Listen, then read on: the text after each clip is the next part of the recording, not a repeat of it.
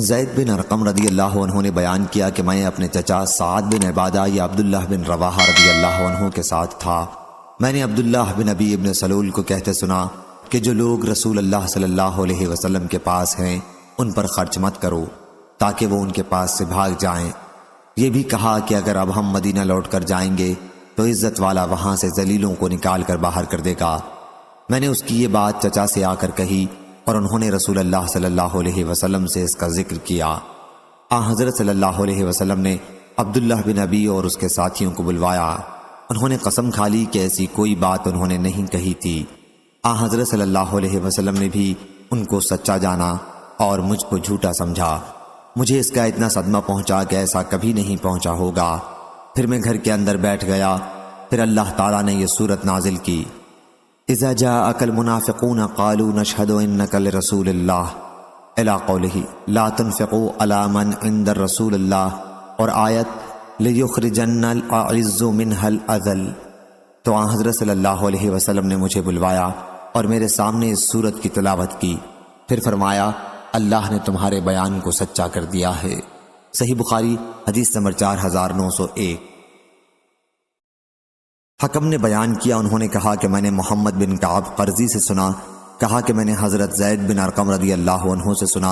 انہوں نے بیان کیا کہ جب عبداللہ بن ابی ابن سلول نے کہا کہ جو لوگ رسول اللہ صلی اللہ علیہ وسلم کے پاس ہیں ان پر خرچ نہ کرو، یہ بھی کہا کہ اب اگر ہم مدینہ واپس گئے تو ہم میں سے عزت والا ذلیلوں کو نکال باہر کرے گا، تو میں نے یہ خبر نبی کریم صلی اللہ علیہ وسلم تک پہنچائی۔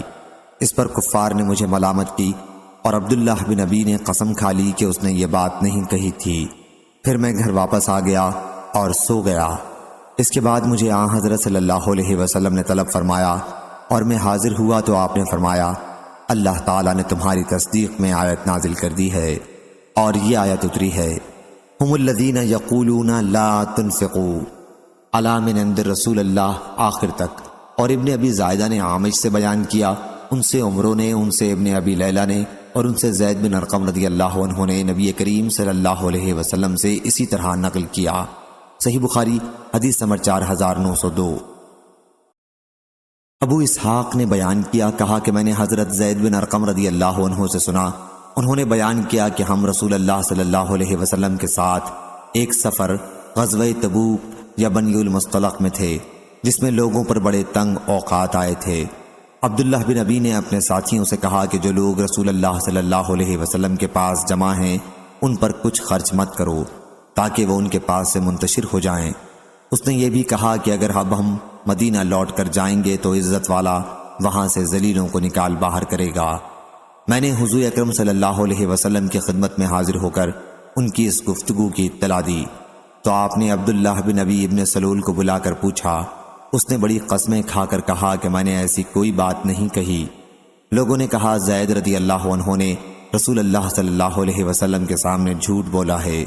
لوگوں کی اس طرح کی باتوں سے میں بڑا رنجیدہ ہوا، یہاں تک کہ اللہ تعالیٰ نے میری تصدیق فرمائی اور یہ آیت نازل ہوئی، اذا جاءک المنافقون، یعنی جب آپ کے پاس منافق آئے۔ پھر حضرت صلی اللہ علیہ وسلم نے انہیں بلایا تاکہ ان کے لیے مغفرت کی دعا کریں، لیکن انہوں نے اپنے سر پھیر لیے۔ حضرت زید رضی اللہ عنہ نے بیان کیا کہ اللہ تعالیٰ کے ارشاد، خشبہ مسندہ، گویا وہ بہت بڑے لکڑی کے کھمبے ہیں۔ ان کے متعلق اس لیے کہا گیا کہ وہ بڑے خوبصورت اور ڈیل ڈول معقول مگر دل میں منافق تھے۔ صحیح بخاری حدیث نمبر 4903۔ زید بن ارقم رضی اللہ عنہ نے بیان کیا کہ میں اپنے چچا کے ساتھ تھا۔ میں نے عبداللہ بن ابی ابن سلول کو کہتے سنا کہ جو لوگ رسول اللہ صلی اللہ علیہ وسلم کے پاس ہیں ان پر کچھ خرچ نہ کرو تاکہ وہ منتشر ہو جائیں، اور اگر اب ہم مدینہ واپس لوٹیں گے تو ہم میں سے جو عزت والے ہیں ان ذلیلوں کو باہر کر دیں گے۔ میں نے اس کا ذکر اپنے چچا سے کیا اور انہوں نے رسول اللہ صلی اللہ علیہ وسلم سے کہا۔ جب حضرت صلی اللہ علیہ وسلم نے انہی کی تصدیق کر دی تو مجھے اس کا اتنا افسوس ہوا کہ پہلے کبھی کسی بات پر نہ ہوا ہوگا۔ میں غم سے اپنے گھر میں بیٹھ گیا۔ میرے چچا نے کہا کہ تمہارا کیا ایسا خیال تھا کہ حضرت صلی اللہ علیہ وسلم نے تمہیں جھٹلایا اور تم پر خفا ہوئے ہیں؟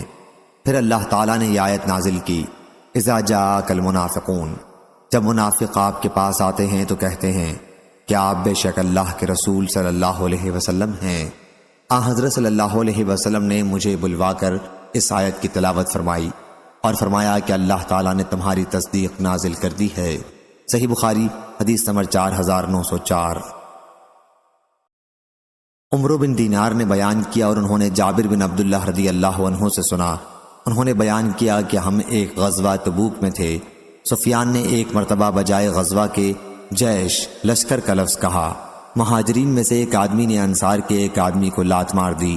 انصاری نے کہا یا للانصار، یعنی اے انصاریو دوڑو، اور مہاجر نے کہا یا للمہاجرین، یعنی اے مہاجرین دوڑو۔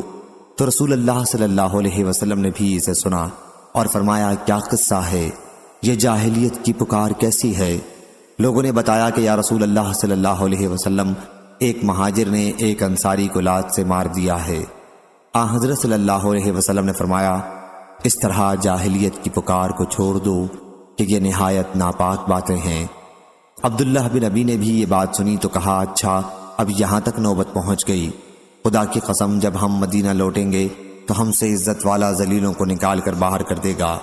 اس کی خبر حضور صلی اللہ علیہ وسلم کو پہنچ گئی۔ حضرت عمر رضی اللہ عنہ نے کھڑے ہو کر عرض کیا یا رسول اللہ مجھے اجازت دیں کہ میں اس منافق کو ختم کر دوں۔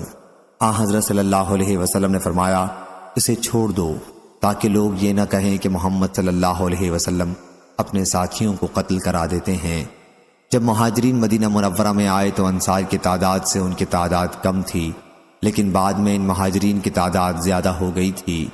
سفیان نے بیان کیا کہ میں نے یہ حدیث عمرو بن دینار سے یاد کی۔ عمرو نے بیان کیا کہ میں نے حضرت جابر رضی اللہ عنہ سے سنا کہ ہم نبی کریم صلی اللہ علیہ وسلم کے ساتھ تھے۔ صحیح بخاری حدیث نمبر 4905۔ عبداللہ بن فضل نے بیان کیا اور انہوں نے حضرت انس بن مالک رضی اللہ عنہ سے ان کا بیان نقل کیا کہ مقام حرہ میں جو لوگ شہید کر دیے گئے تھے ان پر مجھے بڑا رنج ہوا۔ حضرت زید بن ارقم رضی اللہ عنہ کو میرے غم کی اطلاع پہنچی تو انہوں نے مجھے لکھا کہ انہوں نے رسول اللہ صلی اللہ علیہ وسلم سے سنا ہے، آپ صلی اللہ علیہ وسلم فرما رہے تھے کہ اے اللہ انصار کی مغفرت فرما، ان کے بیٹوں کی بھی مغفرت فرما۔ حضرت عبداللہ بن فضل کو اس میں شک تھا کہ آپ نے انصار کے بیٹوں کا بھی ذکر کیا تھا یا نہیں۔ حضرت انس رضی اللہ عنہ سے ان کی مجلس کے حاضرین میں سے کسی نے سوال کیا تو انہوں نے کہا کہ حضرت زید بن ارقم رضی اللہ عنہ ہی وہ ہیں جن کے سننے کی اللہ تعالیٰ نے تصدیق کی تھی۔ صحیح بخاری حدیث نمبر 4906۔ سفیان بن عینہ نے بیان کیا، انہوں نے کہا کہ ہم نے یہ حدیث عمرو بن دینار سے یاد کی۔ انہوں نے بیان کیا کہ میں نے حضرت جابر بن عبداللہ رضی اللہ عنہ سے سنا، وہ بیان کرتے تھے کہ ہم ایک غزوہ میں تھے، اچانک مہاجرین کے ایک آدمی نے انصاری کے ایک آدمی کو مار دیا۔ انصاری نے کہا اے انصاریوں دوڑو، اور مہاجر نے کہا اے مہاجرین دوڑو۔ اللہ تعالیٰ نے یہ اپنے رسول اللہ صلی اللہ علیہ وسلم کو بھی سنایا۔ حضرت صلی اللہ علیہ وسلم نے دریافت فرمایا کیا بات ہے؟ لوگوں نے بتایا کہ ایک مہاجر نے ایک انصاری کو مار دیا ہے۔ اس پر انصاری نے کہا کہ اے انصاریوں دوڑو، اور مہاجر نے کہا اے مہاجرین دوڑو۔ حضرت صلی اللہ علیہ وسلم نے فرمایا اس طرح پکارنا چھوڑ دو کہ یہ نہایت ناپاک باتیں ہیں۔ حضرت جابر رضی اللہ عنہ نے بیان کیا کہ جب نبی کریم صلی اللہ علیہ وسلم مدینہ تشریف لائے تو شروع میں انصار کی تعداد زیادہ تھی، لیکن بعد میں مہاجرین زیادہ ہو گئے تھے۔ عبداللہ بن ابی نے کہا اچھا اب نوبت یہاں تک پہنچ گئی ہے، اللہ کی قسم مدینے واپس ہو کر عزت والے ذلیلوں کو باہر نکال دیں گے۔ حضرت عمر بن خطاب رضی اللہ عنہ نے کہا یا رسول اللہ صلی اللہ علیہ وسلم اجازت ہو تو اس منافق کی گردن اڑا دوں۔ تو نبی اکرم صلی اللہ علیہ وسلم نے فرمایا کہ نہیں، ورنہ لوگ یوں کہیں گے کہ محمد صلی اللہ علیہ وسلم اپنے ہی ساتھیوں کو قتل کرانے لگے ہیں۔ صحیح بخاری حدیث نمبر 4907۔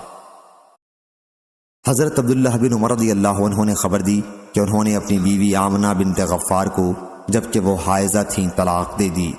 حضرت عمر رضی اللہ عنہ نے رسول اللہ صلی اللہ علیہ وسلم سے اس کا ذکر کیا۔ آپ صلی اللہ علیہ وسلم اس پر بہت غصہ ہوئے اور فرمایا کہ وہ ان سے اپنی بیوی سے رجوع کر لیں اور اپنے نکاح میں رکھیں یہاں تک کہ وہ ماہواری سے پاک ہو جائے، پھر ماہواری آئے اور پھر وہ اس سے پاک ہو۔ اب اگر وہ طلاق دینا مناسب سمجھیں تو اس کی پاکی طہر کے زمانے میں اس کے ساتھ ہم بستری سے پہلے طلاق دے سکتے ہیں، بس یہی وقت ہے جس میں اللہ تعالیٰ نے مردوں کو حکم دیا ہے اس میں یعنی حالت طہر میں طلاق دیں۔ صحیح بخاری حدیث نمبر 4908۔ ابو سلمہ بن عبد الرحمن نے خبر دی، انہوں نے بیان کیا کہ ایک شخص ابن عباس رضی اللہ عنہ کے پاس آیا۔ ابو ہریرہ رضی اللہ عنہ بھی ان کے پاس بیٹھے ہوئے تھے۔ آنے والے نے پوچھا، کیا آپ مجھے اس عورت کے متعلق مسئلہ بتائیے جس نے اپنے شوہر کی وفات کے 4 مہینے بعد بچہ جنا۔ ابن عباس رضی اللہ عنہ نے کہا کہ جس کا خاوند فوت ہو وہ عدت کی 2 مدتوں میں جو مدت لمبی ہو اس کی رعایت کرے۔ ابو سلمہ نے بیان کیا کہ میں نے عرض کیا کہ قرآن مجید میں تو ان کی عدت کا یہ حکم ہے، حمل والیوں کی عدت ان کے حمل کا پیدا ہو جانا ہے۔ ابو ہریرہ رضی اللہ عنہ نے کہا کہ میں بھی اس مسئلے میں اپنے بھتیجے کے ساتھ ہی ہوں۔ ان کی مراد ابو سلمہ بن عبد الرحمن سے تھی۔ آخر ابن عباس رضی اللہ عنہ نے اپنے غلام قریب کو ام المومنین ام سلمہ رضی اللہ عنہا کی خدمت میں بھیجا یہی مسئلہ پوچھنے کے لیے۔ ام المومنین رضی اللہ عنہا نے بتایا کہ سبیہ اسلمیہ کے شوہر سعد بن خولہ رضی اللہ عنہ شہید کر دیے گئے تھے۔ وہ اس وقت حاملہ تھیں۔ شوہر کی موت کے 40 دن بعد ان کے یہاں بچہ پیدا ہوا، پھر ان کے پاس نکاح کا پیغام پہنچا اور رسول اللہ صلی اللہ علیہ وسلم نے ان کا نکاح کر دیا۔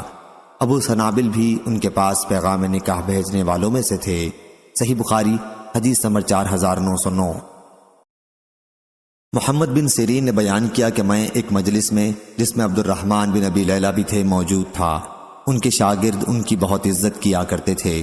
میں نے وہاں صبیہ بنت الحارث کی عبداللہ بن عتبہ بن مسعود سے حدیث بیان کی کہ اس پر ان کے شاگرد نے زبان اور آنکھوں کے اشارے سے ہونٹ کاٹ کر مجھے تنبیہ کی۔ محمد بن سیرین نے بیان کیا کہ میں سمجھ گیا اور کہا کہ عبداللہ بن عتبہ کوفہ میں ابھی زندہ موجود ہیں، اگر میں ان کی طرف بھی جھوٹ نسب کرتا ہوں تو بڑی جرت کی بات ہوگی۔ مجھے تنبیہ کرنے والے صاحب اس پر شرمندہ ہو گئے اور عبد الرحمن بن ابی لیلہ نے کہا لیکن ان کے چچا تو یہ بات نہیں کرتے تھے۔ ابن سیرین نے بیان کیا کہ پھر میں ابو عطیہ مالک بن عامر سے ملا اور ان سے یہ مسئلہ پوچھا۔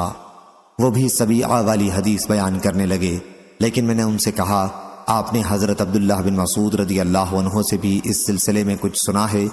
انہوں نے بیان کیا کہ ہم حضرت عبداللہ بن مسعود رضی اللہ عنہ کی خدمت میں حاضر تھے تو انہوں نے کہا کیا تم اس پر جس کے شوہر کا انتقال ہو گیا اور وہ حاملہ ہو عدت کی مدت کو طول دے کر سختی کرنا چاہتے ہو اور رخصت و سہولت دینے کے لیے تیار نہیں؟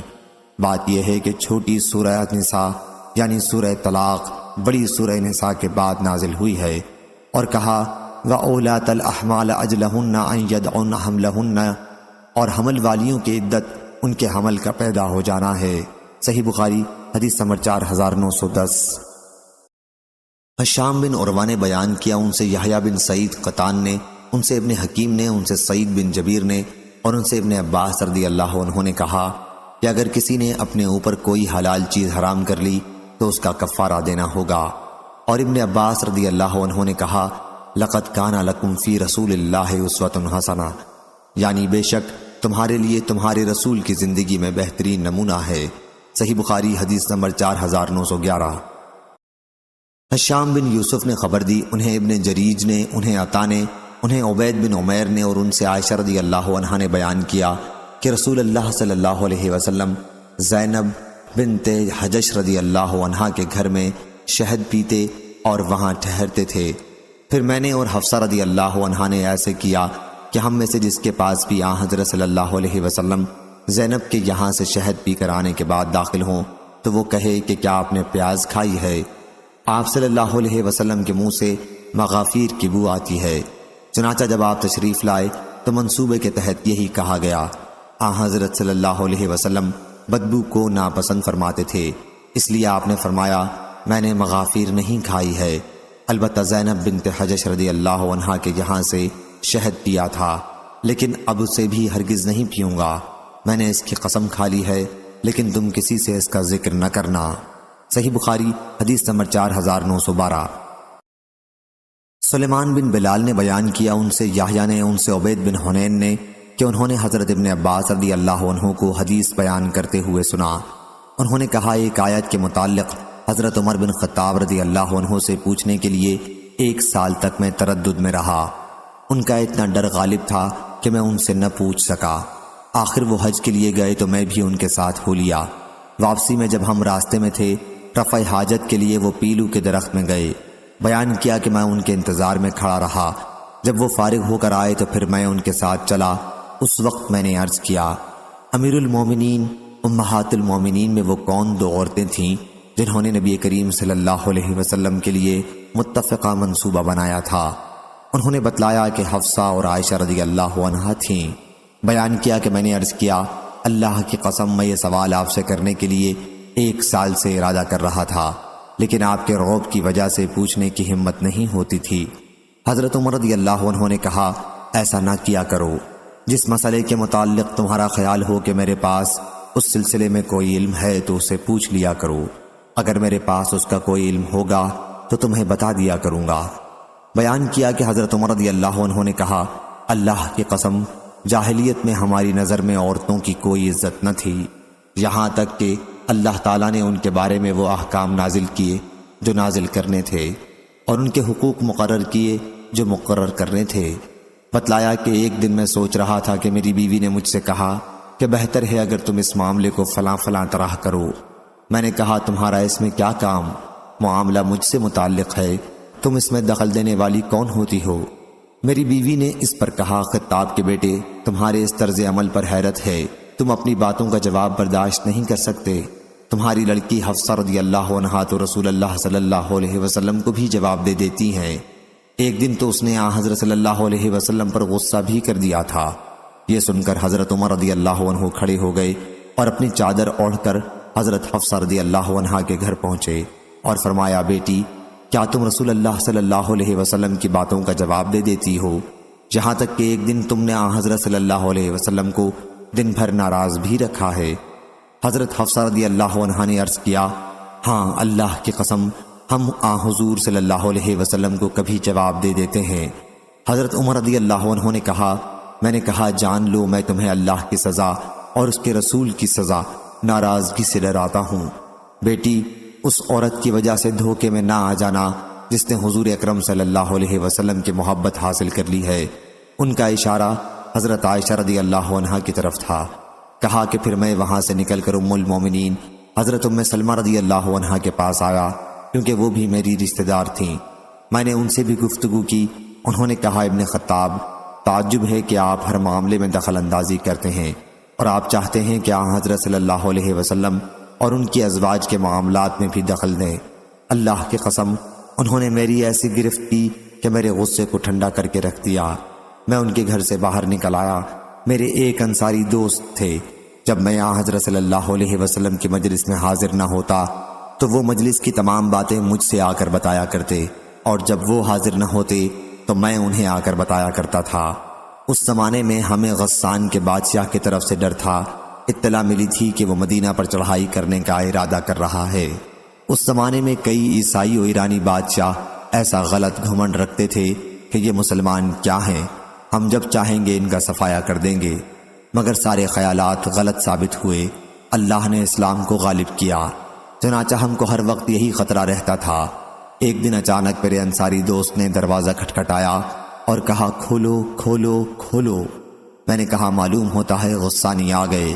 انہوں نے کہا، بلکہ اس سے بھی زیادہ اہم معاملہ پیش آ گیا ہے، وہ یہ کہ رسول کریم صلی اللہ علیہ وسلم نے اپنی بیویوں سے علیحدگی اختیار کر لی ہے۔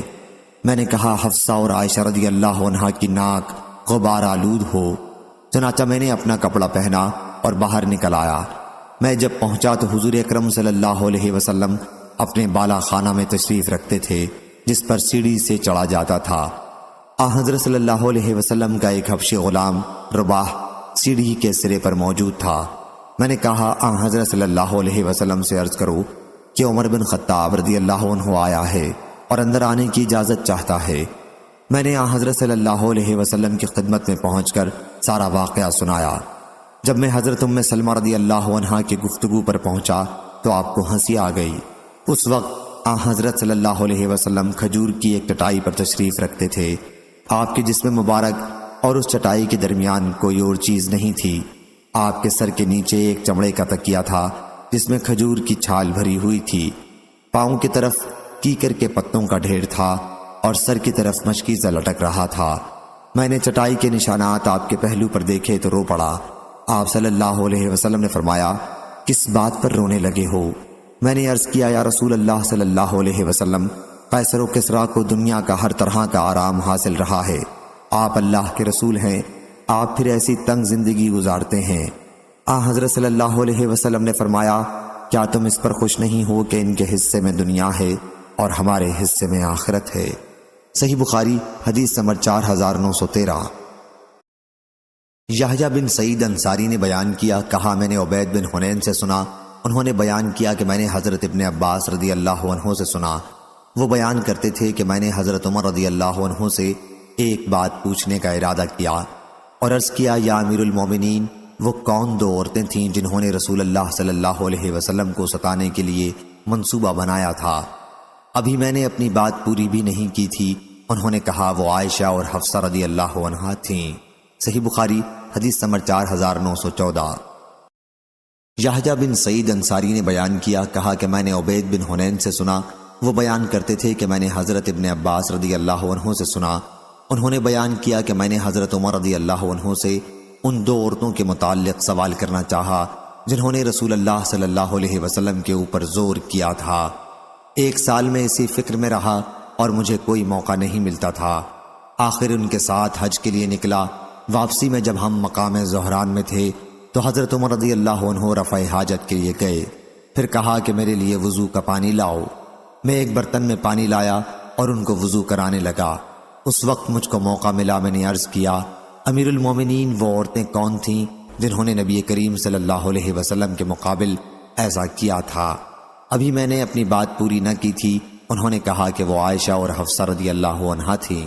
صحیح بخاری حدیث نمبر 4915۔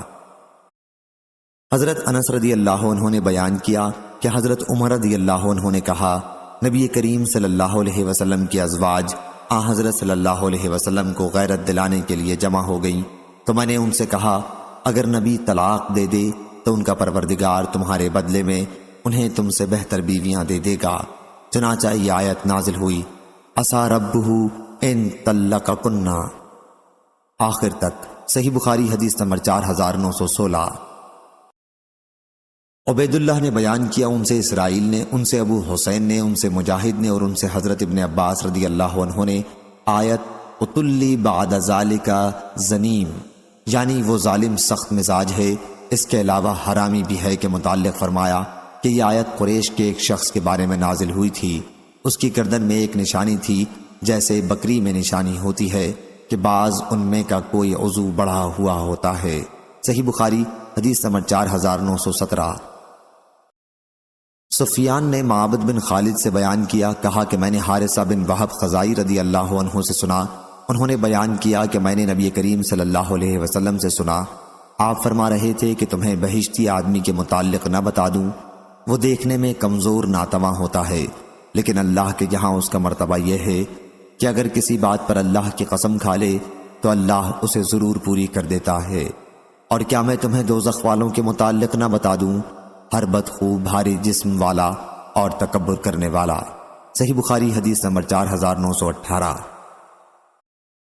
ابو سعید خدری رضی اللہ عنہ نے بیان کیا کہ میں نے رسول اللہ صلی اللہ علیہ وسلم سے سنا، آپ فرما رہے تھے کہ ہمارا رب قیامت کے دن اپنی پنڈلی کھولے گا، اس وقت ہر مومن مرد اور ہر مومنہ عورت اس کے لیے سجدے میں گر پڑیں گے، صرف وہ باقی رہ جائیں گے جو دنیا میں دکھاوے اور ناموری کے لیے سجدہ کرتے تھے۔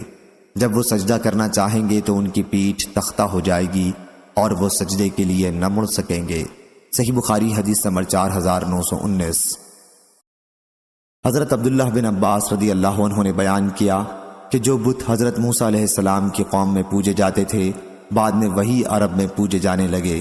ودودو متل جندل میں بنی کلب کا بت تھا، سوا بن حزیل کا، یغوس بن مراد کا اور مراد کی شاخ بن غطیف کا جو وادی اجوف میں قوم سبا کے پاس رہتے تھے۔ یعوق بنی حمدان کا بت تھا، نصر حمیر کا بت تھا جو ذوالقلاع کی آل میں سے تھے۔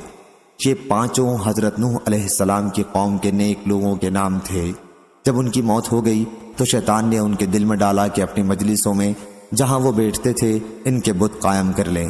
اور ان بتوں کے نام اپنے نیک لوگوں کے نام پر رکھ لیں۔ چنانچہ ان لوگوں نے ایسا ہی کیا۔ اس وقت ان بتوں کی پوجا نہیں ہوتی تھی، لیکن جب وہ لوگ بھی مر گئے جنہوں نے بت قائم کیے تھے اور علم لوگوں میں نہ رہا تو ان کی پوجا ہونے لگی۔ صحیح بخاری حدیث نمبر 4920۔ حضرت ابن عباس رضی اللہ عنہ نے بیان کیا کہ رسول اللہ صلی اللہ علیہ وسلم نے اپنے صحابہ کے ساتھ سوق عکاظ، مکہ اور طائف کے درمیان ایک میدان جہاں عربوں کا مشہور میلہ لگتا تھا کا قصد کیا۔ اس زمانے میں شیاطین تک آسمان کی خبروں کے چرا لینے میں رکاوٹ پیدا کر دی گئی تھی اور ان پر آسمان سے آگ کے انگارے چھوڑے جاتے تھے۔ جب وہ جن اپنی قوم کے پاس لوٹ کر آئے تو ان کی قوم نے ان سے پوچھا کہ کیا بات ہوئی۔ انہوں نے بتایا کہ آسمان کی خبروں میں اور ہمارے درمیان رکاوٹ کر دی گئی ہے اور ہم پر آسمان سے آگ کے انگارے برسائے گئے ہیں۔ انہوں نے کہا کہ آسمان کی خبروں اور تمہارے درمیان رکاوٹ ہونے کی وجہ یہ ہے کہ کوئی خاص بات پیش آئی ہے، اس لیے ساری زمین پر مشرق و مغرب میں پھیل جاؤ اور تلاش کرو کہ کون سی بات پیش آ گئی ہے۔ چنانچہ شیاطین مشرق و مغرب میں پھیل گئے تاکہ اس بات کا پتہ لگائیں کہ آسمانوں کی خبروں کی ان تک پہنچنے میں رکاوٹ پیدا کی گئی ہے وہ کس بڑے واقعے کی وجہ سے ہے۔ بیان کیا کہ جو شیاطین اس کھوج میں نکلے تھے ان کا ایک گروہ وادی تہامہ کی طرف بھی آ نکلا۔ یہ جگہ مکہ معظمہ سے ایک دن کے سفر کی راہ پر ہے، جہاں رسول کریم صلی اللہ علیہ وسلم منڈی عکاظ کی طرف جاتے ہوئے کھجور کے ایک باغ کے پاس ٹھہرے ہوئے تھے۔ حضرت صلی اللہ علیہ وسلم اس وقت صحابہ کے ساتھ فجر کی نماز پڑھ رہے تھے۔ جب شیاطین نے قرآن مجید سنا تو یہ اس کو سننے لگ گئے۔ پھر انہوں نے کہا کہ یہی چیز ہے وہ جس کی وجہ سے تمہارے اور آسمان کے خبروں کے درمیان رکاوٹ پیدا ہوئی ہے۔ اس کے بعد وہ اپنی قوم کی طرف لوٹ آئے اور ان سے کہا انا سمعنا قرآن عجبا الآیت، ہم نے ایک عجیب قرآن سنا ہے جو نیکی کی راہ دکھلاتا ہے، سو ہم تو اس پر ایمان لے آئے اور ہم اب اپنے پروردگار کو کسی کا ساجی نہ بنائیں گے۔ اور اللہ تعالیٰ نے اپنے نبی صلی اللہ علیہ وسلم پر یہ آیت نازل کی، قل اوحی الی انہ استمع نفر من الجن، آپ کہیے کہ میرے پاس وحی آئی ہے اس بات کی کہ جنوں کی ایک جماعت نے قرآن مجید سنا، یہی جنوں کا قول حضرت صلی اللہ علیہ وسلم پر نازل ہوا۔ صحیح بخاری حدیث نمبر 4921۔ علی بن مبارک نے بیان کیا، ان سے یحییٰ بن ابی کثیر نے، انہوں نے ابو سلمہ بن عبد الرحمن سے پوچھا کہ قرآن مجید کی کون سی آیت سب سے پہلے نازل ہوئی تھی؟ انہوں نے کہا کہ یا ایھا المدثر۔ میں نے عرض کیا کہ لوگ تو کہتے ہیں کہ اقرأ بسم ربک الذی خلق سب سے پہلے نازل ہوئی، اور ابو سلمہ نے اس پر کہا کہ میں نے حضرت جابر بن عبداللہ رضی اللہ عنہ سے پوچھا، اور جو بات ابھی تم نے مجھ سے کہی وہی میں نے بھی ان سے کہی تھی، لیکن حضرت جابر رضی اللہ عنہ نے کہا تھا کہ میں تم سے وہی حدیث بیان کرتا ہوں جو ہم سے رسول اللہ صلی اللہ علیہ وسلم نے ارشاد فرمائی تھی۔ آپ نے فرمایا تھا کہ میں غار حرا میں ایک مدت کے لیے خلوت نشین تھا، جب میں وہ دن پورے کر کے پہاڑی سے اترا تو مجھے آواز دی گئی، میں نے اس آواز پر اپنے دائیں طرف دیکھا لیکن کوئی چیز دکھائی نہیں دی، پھر بائیں طرف دیکھا ادھر بھی کوئی چیز دکھائی نہیں دی، سامنے دیکھا ادھر بھی کوئی چیز نہیں دکھائی دی، پیچھے کی طرف دیکھا اور ادھر بھی کوئی چیز نہیں دکھائی دی۔ اب میں نے اپنا سر اوپر کی طرف اٹھایا تو مجھے ایک چیز دکھائی دی، پھر میں خدیجہ رضی اللہ عنہا کے پاس آیا اور ان سے کہا کہ مجھے کپڑا اوڑھا دو اور مجھ پر ٹھنڈا پانی ڈالو۔ فرمایا کہ پھر انہوں نے مجھے کپڑا اوڑھا دیا اور ٹھنڈا پانی مجھ پر بہایا۔ فرمایا کہ پھر یہ آیت نازل ہوئی، یا ایھا المدثر قم فانذر وربک فکبر، یعنی اے کپڑے میں لپٹنے والے اٹھیے، پھر لوگوں کو عذاب الہی سے ڈرائیے اور اپنے پروردگار کی بڑائی بیان کیجیے۔ صحیح بخاری حدیث نمبر 4922۔ حرب بن شداد نے بیان کیا، ان سے یحییٰ بن ابی کثیر نے، ان سے ابو سلمہ نے اور ان سے حضرت جابر بن عبداللہ رضی اللہ عنہ نے کہ نبی کریم صلی اللہ علیہ وسلم نے فرمایا، میں غار حرا میں تنہائی اختیار کیے ہوئے تھا۔ یہ روایت بھی عثمان بن عمر کی حدیث کی طرح ہے جو انہوں نے علی بن مبارک سے بیان کی ہے۔ صحیح بخاری حدیث نمبر 4923۔ یحییٰ نے بیان کیا، کہا کہ میں نے ابو سلمہ سے پوچھا کہ قرآن مجید کی کون سی آیت سب سے پہلے نازل ہوئی تھی؟ فرمایا کہ یا ایھا المدثر۔ میں نے کہا کہ مجھے خبر ملی ہے کہ اقرا بسم ربک الذی خلق سب سے پہلے نازل ہوئی۔ ابو سلمہ نے بیان کیا کہ میں نے حضرت جابر بن عبداللہ رضی اللہ عنہ سے پوچھا تھا کہ قرآن کی کون سی آیت سب سے پہلی نازل ہوئی تھی۔ انہوں نے فرمایا کہ یا ایھا المدثر، اے کپڑے میں لپٹنے والے۔ میں نے ان سے یہی کہا تھا کہ مجھے تو خبر ملی ہے کہ اقرا بسم ربک الذی خلق سب سے پہلے نازل ہوئی تھی، تو انہوں نے کہا کہ میں تمہیں وہی خبر دے رہا ہوں جو میں نے رسول اللہ صلی اللہ علیہ وسلم سے سنی ہے۔ حضرت صلی اللہ علیہ وسلم نے فرمایا کہ میں نے غار حرا میں تنہائی اختیار کی۔ جب میں وہ مدت پوری کر چکا اور نیچے اتر کر وادی کے بیچ میں پہنچا تو مجھے پکارا گیا۔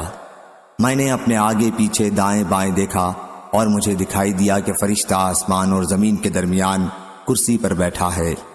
پھر میں خدیجہ رضی اللہ عنہا کے پاس آیا اور ان سے کہا کہ مجھے کپڑا اوڑھا دو اور میرے اوپر ٹھنڈا پانی ڈالو، اور مجھ پر یہ آیت نازل ہوئی، یا ایھا المدثر، اے کپڑے میں لپٹنے والے، اٹھیے پھر لوگوں کو عذاب آخرت سے ڈرائیے اور اپنے پروردگار کی بڑائی کیجیے۔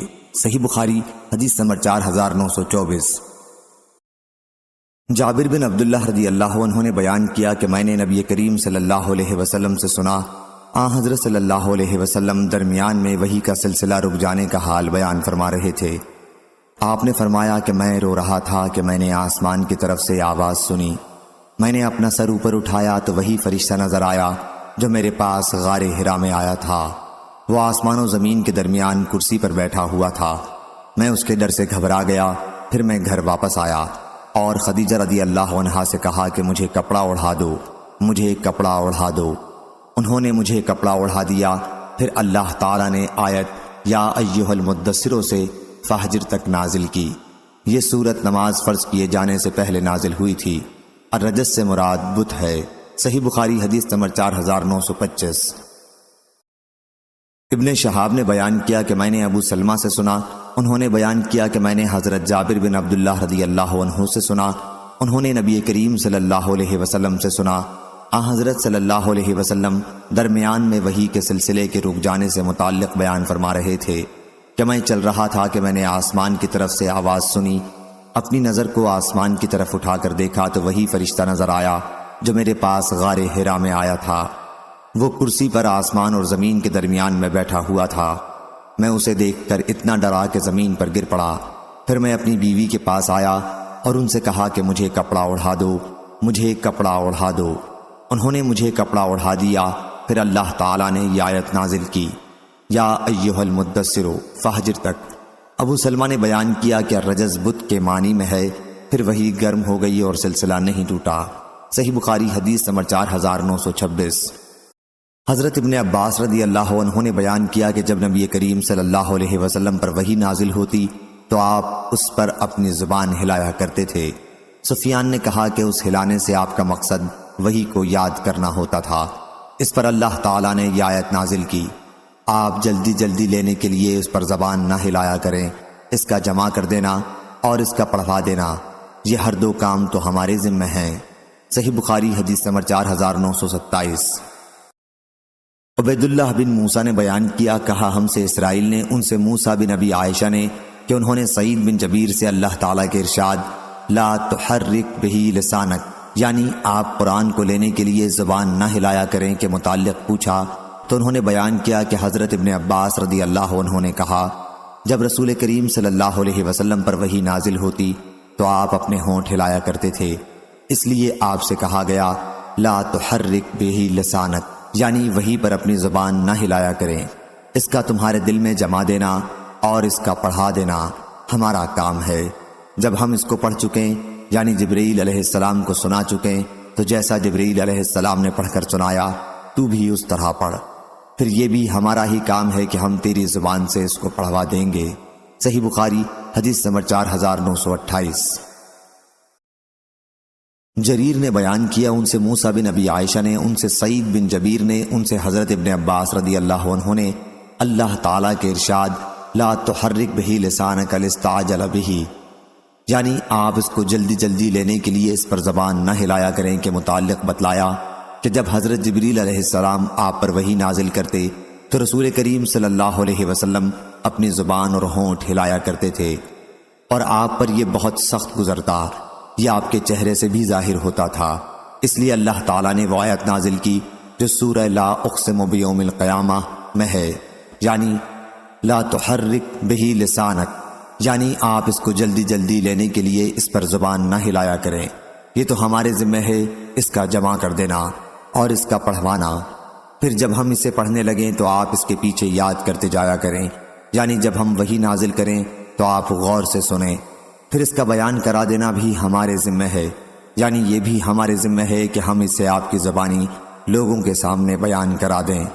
بیان کیا کہ چنانچہ اس کے بعد جب جبریل علیہ السلام وحی لے کر آتے تو آن حضرت صلی اللہ علیہ وسلم خاموش ہو جاتے اور جب چلے جاتے تو پڑھتے، جیسا کہ اللہ تعالیٰ نے آپ سے وعدہ کیا تھا۔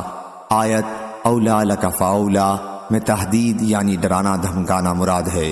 صحیح بخاری حدیث نمبر 4929۔ حضرت عبداللہ بن مسعود رضی اللہ عنہ نے بیان کیا کہ ہم رسول اللہ صلی اللہ علیہ وسلم کے ساتھ تھے اور آپ پر سورہ والمرسلات نازل ہوئی تھی، اور ہم اس کو آپ صلی اللہ علیہ وسلم کے منہ سے سیکھ رہے تھے کہ اتنے میں ایک سانپ نکل آیا۔ ہم لوگ اس کے مارنے کو بڑھے لیکن وہ بچ نکلا اور اپنے سوراخ میں گھس گیا۔ اس پر آن حضرت صلی اللہ علیہ وسلم نے فرمایا کہ وہ تمہارے شر سے بچ گیا اور تم اس کے شر سے بچ گئے۔ صحیح بخاری حدیث نمبر 4930۔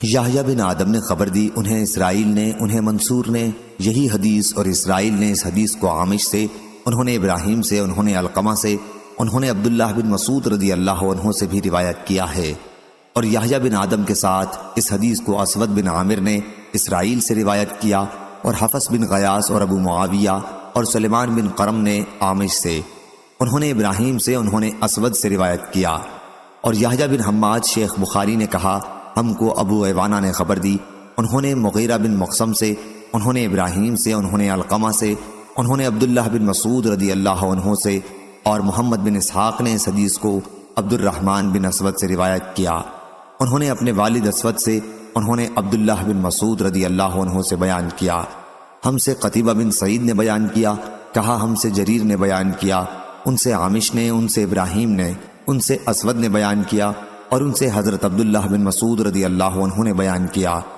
کہ ہم رسول کریم صلی اللہ علیہ وسلم کے ساتھ ایک غار میں تھے کہ آپ پر سورہ والمرسلات نازل ہوئی، ہم نے اسے آپ کے منہ سے یاد کر لیا، اس وحی سے آپ کے دہن مبارک کی تازگی ابھی ختم نہیں ہوئی تھی کہ اتنے میں ایک سانپ نکل پڑا۔ حضرت صلی اللہ علیہ وسلم نے فرمایا اسے زندہ نہ چھوڑو، بیان کیا کہ ہم اس کی طرف بڑھے لیکن وہ نکل گیا۔ اس پر حضرت صلی اللہ علیہ وسلم نے فرمایا کہ تم اس کے شر سے بچ گئے اور وہ تمہارے شر سے بچ گیا۔ صحیح بخاری حدیث نمبر 4931۔ عبد الرحمن بن عابس نے بیان کیا، کہا میں نے حضرت ابن عباس رضی اللہ عنہ سے آیت انہا ترمی بشرر کالقصر یعنی وہ انگارے برسائے گی جیسے بڑے محل کے متعلق پوچھا، اور انہوں نے کہا کہ ہم 3 ہاتھ کی لکڑیاں اٹھا کر رکھتے ہیں، ایسا ہم جاڑوں کے لیے کرتے تھے تاکہ وہ جلانے کے کام آئیں، اور ان کا نام قصر رکھتے تھے۔ صحیح بخاری حدیث نمبر 4932۔ عبد الرحمن بن عابس نے بیان کیا، اور انہوں نے حضرت ابن عباس رضی اللہ عنہ سے سنا، آیت ترمی بشررن کالقصر کے متعلق آپ نے فرمایا کہ ہم 3 ہاتھ یا اس سے بھی لمبی لکڑیاں اٹھا کر جاڑوں کے لیے رکھ لیتے تھے، ایسی لکڑیوں کو ہم قصر کہتے تھے۔ کأنہم جمالات صفر سے مراد کشتی کی رسیاں ہیں جو جوڑ کر رکھی جائیں، وہ آدمی کی کمر برابر موٹی ہو جائیں۔ صحیح بخاری حدیث نمبر 4933۔ حضرت عبداللہ بن مسعود رضی اللہ عنہ نے بیان کیا کہ ہم نبی کریم صلی اللہ علیہ وسلم کے ساتھ ایک غار میں تھے، کیا حضرت صلی اللہ علیہ وسلم پر سورہ والمرسلات نازل ہوئی، پھر حضرت صلی اللہ علیہ وسلم نے اس کی تلاوت کی اور میں نے اسے آپ ہی کے منہ سے یاد کر لیا، وہی سے آپ کے منہ کی تازگی اس وقت بھی باقی تھی کہ اتنے میں غار کی طرف سانپ لپکا۔ حضرت صلی اللہ علیہ وسلم نے فرمایا کہ اسے مار ڈالو، ہم اس کی طرف بڑھے لیکن وہ بھاگ گیا۔ حضرت صلی اللہ علیہ وسلم نے اس پر فرمایا کہ وہ بھی تمہارے شر سے اس طرح بچ نکلا جیسا کہ تم اس کے شر سے بچ گئے۔ عمر بن حفص نے کہا مجھے یہ حدیث یاد ہے، میں نے اپنے والد سے سنی تھی، انہوں نے اتنا اور بڑھا دیا کہ وہ غار منی میں تھا۔ صحیح بخاری حدیث نمبر 4934۔ حضرت ابو ہریرہ رضی اللہ عنہ نے بیان کیا کہ رسول اللہ صلی اللہ علیہ وسلم نے فرمایا کہ 2 سور پھونکے جانے کے درمیان 40 فاصلہ ہوگا۔ حضرت ابو ہریرہ رضی اللہ عنہ کے شاگردوں نے پوچھا کیا 40 دن مراد ہیں؟ انہوں نے کہا مجھے معلوم نہیں۔ پھر شاگردوں نے پوچھا کیا 40 مہینے مراد ہیں؟ انہوں نے کہا کہ مجھے معلوم نہیں۔ شاگردوں نے پوچھا کیا 40 سال مراد ہیں؟ کہا کہ معلوم نہیں۔ کہا کہ پھر اللہ تعالیٰ آسمان سے پانی برسائے گا جس کی وجہ سے تمام مردے جی اٹھیں گے، جیسے سبزیاں پانی سے اگاتی ہیں۔ اس وقت انسان کا ہر حصہ گل چکا ہوگا سوا ریڑھ کی ہڈی کے، اور اس سے قیامت کے دن تمام مخلوق دوبارہ بنائی جائے گی۔ صحیح بخاری حدیث نمبر 4935۔ سہل بن سعد رضی اللہ عنہ نے بیان کیا کہ میں نے رسول اللہ صلی اللہ علیہ وسلم کو دیکھا کہ آپ اپنی بیچ کی انگلی اور انگوٹھے کے قریب والی انگلی کے اشارے سے فرما رہے تھے کہ میں ایسے وقت میں مبعوث ہوا ہوں کہ میرے اور قیامت کے دن صرف ان 2 کے برابر فیصلہ ہے۔ صحیح بخاری حدیث نمبر 4936۔ قتادہ نے بیان کیا کہا میں نے زرارہ بن عوف سے سنا، وہ سعد بن ہشام سے بیان کرتے تھے اور ان سے حضرت عائشہ رضی اللہ عنہا نے کہ نبی کریم صلی اللہ علیہ وسلم نے فرمایا اس شخص کی مثال جو قرآن پڑھتا ہے اور وہ اس کا حافظ بھی ہے، مکرم اور نیک لکھنے والے فرشتوں جیسی ہے، اور جو شخص قرآن مجید بار بار پڑھتا ہے پھر بھی وہ اس کے لیے دشوار ہے تو اسے دگنا ثواب ملے گا۔ صحیح بخاری حدیث نمبر 4937۔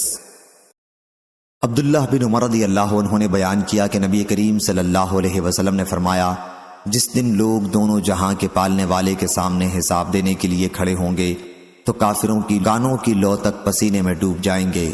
صحیح بخاری حدیث نمبر 4938۔ عثمان بن اسود نے بیان کیا انہوں نے ابن ابی ملیکہ سے سنا اور انہوں نے حضرت عائشہ رضی اللہ عنہا سے سنا، انہوں نے بیان کیا کہ میں نے نبی کریم صلی اللہ علیہ وسلم سے سنا۔ ہم سے سلیمان بن حرب نے بیان کیا، کہا ہم سے حماد بن زید نے بیان کیا، ان سے ایوب نے، ان سے ابن ابی ملیکہ نے، اور ان سے حضرت عائشہ رضی اللہ عنہا نے، انہوں نے رسول کریم صلی اللہ علیہ وسلم سے سنا۔ ہم سے مسدد نے بیان کیا، کہا ہم سے یحییٰ نے، ان سے ابو یونس حاتم بن ابی صغیرہ نے، ان سے ابن ابی ملیکہ نے، ان سے قاسم نے، اور ان سے حضرت عائشہ رضی اللہ عنہا نے بیان کیا کہ رسول اللہ صلی اللہ علیہ وسلم نے فرمایا جس کسی سے بھی قیامت کے دن حساب لے لیا گیا تو وہ ہلاک ہو جائے گا۔ حضرت عائشہ رضی اللہ عنہا نے کہا کہ میں نے عرض کیا یا رسول اللہ صلی اللہ علیہ وسلم اللہ مجھے آپ پر قربان کرے، کیا اللہ تعالیٰ نے یہ ارشاد نہیں فرمایا کہ فَأَمَّا مَنْ أُوتِيَ كِتَابَهُ بِيَمِينِهِ فَسَوْفَ يُحَاسَبُ حِسَابًا يَسِيرًا، تو جس کسی کا نامہ یا مال اس کے داہنے ہاتھ میں ملے گا سو اس سے آسان حساب لیا جائے گا۔ حضرت صلی اللہ علیہ وسلم نے فرمایا آیت میں جس حساب کا ذکر ہے وہ تو پیشی ہوگی، وہ صرف پیش کیے جائیں گے اور بغیر حساب چھوٹ جائیں گے، لیکن جس سے بھی پوری طرح حساب لے لیا گیا وہ ہلاک ہوگا۔ صحیح بخاری حدیث نمبر 4939۔ حضرت ابن عباس رضی اللہ عنہ نے کہا لَتَرْكَبُنَّ طَبَقًا عَنْ طَبَقٍ، یعنی تم کو ضرور ایک حالت کے بعد دوسری حالت پر پہنچنا ہے۔ بیان کیا کہ یہاں مراد نبی کریم صلی اللہ علیہ وسلم ہیں کہ آپ کو کامیابی رفتہ رفتہ حاصل ہوگی۔ صحیح بخاری حدیث نمبر 4940۔ برا بن عازب رضی اللہ عنہ نے بیان کیا کہ نبی کریم صلی اللہ علیہ وسلم کے مہاجر صحابہ میں سب سے پہلے ہمارے پاس مدینہ تشریف لانے والے مصعب بن عمیر اور ابن ام مکتوم رضی اللہ عنہ تھے۔ مدینہ پہنچ کر ان بزرگوں نے ہمیں قرآن مجید پڑھانا شروع کر دیا، پھر عمار، بلال اور سعد رضی اللہ عنہم آئے، اور پھر عمر بن خطاب رضی اللہ عنہ 20 صحابہ کو ساتھ لے کر آئے۔ اس کے بعد نبی کریم صلی اللہ علیہ وسلم تشریف لائے۔ میں نے کبھی مدینہ والوں کو اتنا خوش ہونے والا نہیں دیکھا تھا جتنا وہ حضور اکرم صلی اللہ علیہ وسلم کی آمد پر خوش ہوئے تھے۔ بچیاں اور بچے بھی کہنے لگے تھے کہ آپ صلی اللہ علیہ وسلم اللہ کے رسول صلی اللہ علیہ وسلم ہیں، ہمارے یہاں تشریف لائے ہیں۔ میں نے حضرت صلی اللہ علیہ وسلم کی مدینہ میں تشریف آوری سے پہلے ہی سبح اسم ربک الاعلیٰ اور اس جیسی اور صورتیں پڑھ لی تھیں۔ صحیح بخاری حدیث نمبر 4941۔ عبداللہ بن زمع رضی اللہ عنہ نے خبر دی کہ انہوں نے رسول اللہ صلی اللہ علیہ وسلم سے سنا، حضرت صلی اللہ علیہ وسلم نے اپنے ایک خطبے میں حضرت صالح علیہ السلام کی اونٹنی کا ذکر فرمایا اور اس شخص کا بھی ذکر فرمایا جس نے اس کی کونچیں کاٹ ڈالی تھیں۔ پھر آپ نے ارشاد فرمایا، اذم بعث اشقہا، یعنی اس اونٹنی کو مار ڈالنے کے لیے ایک مفسد قدار نامی جو اپنی قوم میں ابو زمع کی طرح غالب اور طاقتور تھا اٹھا۔ حضرت صلی اللہ علیہ وسلم نے عورتوں کے حقوق کا بھی ذکر فرمایا، تم میں بعض اپنی بیوی کو غلام کی طرح کوڑے مارتے ہیں، حالانکہ اسی دن کے ختم ہونے پر وہ اس سے ہم بستری بھی کرتے ہیں۔ پھر آپ نے انہیں ریاح خارج ہونے پر ہنسنے سے منع فرمایا اور فرمایا کہ ایک کام جو تم میں ہر شخص کرتا ہے اسی پر تم دوسروں پر کس طرح ہنستے ہو۔ ابو معاویہ نے بیان کیا کہ ہم سے حشام بن عروہ بن زبیر نے ان سے حضرت عبداللہ بن زمع رضی اللہ عنہ نے بیان کیا کہ نبی کریم صلی اللہ علیہ وسلم نے اس حدیث میں یوں فرمایا، ابو زمع کی طرح جو زبیر بن عوام کا چچا تھا۔ صحیح بخاری حدیث نمبر 4942۔ علقمہ بن قیس نے بیان کیا کہ عبداللہ بن مسعود رضی اللہ عنہ کے شاگردوں کے ساتھ میں ملک شام پہنچا۔ ہمارے متعلق ابو درداء رضی اللہ عنہ نے سنا تو ہم سے ملنے خود تشریف لائے اور دریافت فرمایا، تم میں کوئی قرآن کا قاری ہے؟ ہم نے کہا جی ہاں ہے۔ دریافت فرمایا کہ سب سے اچھا قاری کون ہے؟ لوگوں نے میری طرف اشارہ کیا۔ آپ نے فرمایا کہ پھر کوئی آیت تلاوت کرو۔ میں نے واللیل اذا یغشی والنہار اذا تجلی والذکر والانثی کی تلاوت کی۔ ابو درداء رضی اللہ عنہ نے پوچھا، کیا تم نے خود یہ آیت اپنے استاد عبداللہ بن مسعود رضی اللہ عنہ کی زبانی اسی طرح سنی ہے؟ کہا جی ہاں۔ انہوں نے اس پر کہا کہ میں نے بھی نبی کریم صلی اللہ علیہ وسلم کی زبانی یہ آیت اسی طرح سنی ہے، لیکن یہ شام والے ہم پر انکار کرتے ہیں۔ صحیح بخاری حدیث نمبر 4943۔ ابراہیم نخعی نے بیان کیا کہ عبداللہ بن مسعود رضی اللہ عنہ کے کچھ شاگرد ابو درداء رضی اللہ عنہ کے یہاں شام آئے۔ انہوں نے انہیں تلاش کیا اور پا لیا۔ پھر ان سے پوچھا کہ تم میں کون عبداللہ بن مسعود رضی اللہ عنہ کی قرأت کے مطابق قرأت کر سکتا ہے؟ شاگردوں نے کہا کہ ہم سب کر سکتے ہیں۔ پھر پوچھا کسے ان کی قرأت زیادہ محفوظ ہے؟ سب نے حضرت علقمہ کی طرف اشارہ کیا۔ انہوں نے دریافت کیا، انہیں سورہ واللیل اذا یغشی کی قرأت کرتے کس طرح سنا ہے؟ علقمہ نے کہا والذکر والانثی، بغیر خلق کے۔ کہا کہ میں گواہی دیتا ہوں کہ میں نے بھی رسول کریم صلی اللہ علیہ وسلم کو اسی طرح قرأت کرتے سنا ہے، لیکن یہ لوگ یعنی شام والے چاہتے ہیں کہ میں وما خلق الذکر والانثی پڑھوں۔ اللہ کی قسم میں ان کی پیروی نہیں کروں گا۔ صحیح بخاری حدیث نمبر 4944۔ حضرت علی رضی اللہ عنہ نے بیان کیا کہ ہم نبی کریم صلی اللہ علیہ وسلم کے ساتھ بقیع الغرقد مدینہ منورہ کے قبرستان میں ایک جنازے میں تھے۔ حضرت صلی اللہ علیہ وسلم نے اس موقع پر فرمایا، تم میں کوئی ایسا نہیں جس کا ٹھکانہ جنت یا جہنم میں لکھا نہ جا چکا ہو۔ صحابہ نے عرض کیا، یا رسول اللہ صلی اللہ علیہ وسلم، پھر کیوں نہ ہم اپنی اس تقدیر پر بھروسہ کر لیں؟ حضرت صلی اللہ علیہ وسلم نے فرمایا کہ عمل کرتے رہو کہ ہر شخص کو اسی عمل کی توفیق ملتی رہتی ہے جس کے لیے وہ پیدا کیا گیا ہے۔ پھر آپ نے آیت فَأَمَّا مَنْ أَعْطَىٰ وَاتَّقَىٰ وَصَدَّقَ بِالْحُسْنَىٰ آخر تک پڑھی، یعنی ہم اس کے لیے نیک کام آسان کر دیں گے۔ صحیح بخاری حدیث نمبر 4945۔ شعبہ نے بیان کیا، ان سے سلیمان عامش نے، ان سے سعد بن عبیدہ نے، ان سے ابو عبد الرحمن سلمہ نے، اور ان سے حضرت علی رضی اللہ عنہ نے کہ نبی کریم صلی اللہ علیہ وسلم ایک جنازے میں تھے۔ آپ نے ایک لکڑی اٹھائی اور اس سے زمین کو ریدتے ہوئے فرمایا کہ تم میں کوئی شخص ایسا نہیں جس کا جنت یا دوزخ کا ٹھکانہ لکھا نہ جا چکا ہو۔ صحابہ نے عرض کیا، یا رسول اللہ صلی اللہ علیہ وسلم، کیا پھر ہم اسی پر بھروسہ نہ کر لیں؟ حضرت صلی اللہ علیہ وسلم نے فرمایا کہ عمل کرتے رہو کہ ہر شخص کو توفیق دی گئی ہے انہی اعمال کی جن کے لیے وہ پیدا کیا گیا ہے۔ سو جس نے دیا اور اللہ سے ڈرا اور اچھی بات کو سچا سمجھا، آخر آیت تک۔ شعبہ نے بیان کیا کہ مجھ سے یہ حدیث منصور بن معتمر نے بھی بیان کی اور انہوں نے بھی سلیمان عامش سے اس کے موافق بیان کی، اس میں کوئی خلاف نہیں کیا۔ صحیح بخاری حدیث نمبر 4946۔ حضرت علی رضی اللہ عنہ نے بیان کیا کہ ہم نبی کریم صلی اللہ علیہ وسلم کے پاس بیٹھے ہوئے تھے۔ آپ نے فرمایا کہ ہم میں کوئی ایسا نہیں جس کا جہنم کا ٹھکانہ اور جنت کا ٹھکانہ لکھا نہ جا چکا ہو۔ ہم نے عرض کیا یا رسول اللہ صلی اللہ علیہ وسلم، پھر ہم اسی پر بھروسہ کیوں نہ کر لیں؟ فرمایا نہیں، عمل کرتے رہو کیونکہ ہر شخص کو آسانی دی گئی ہے۔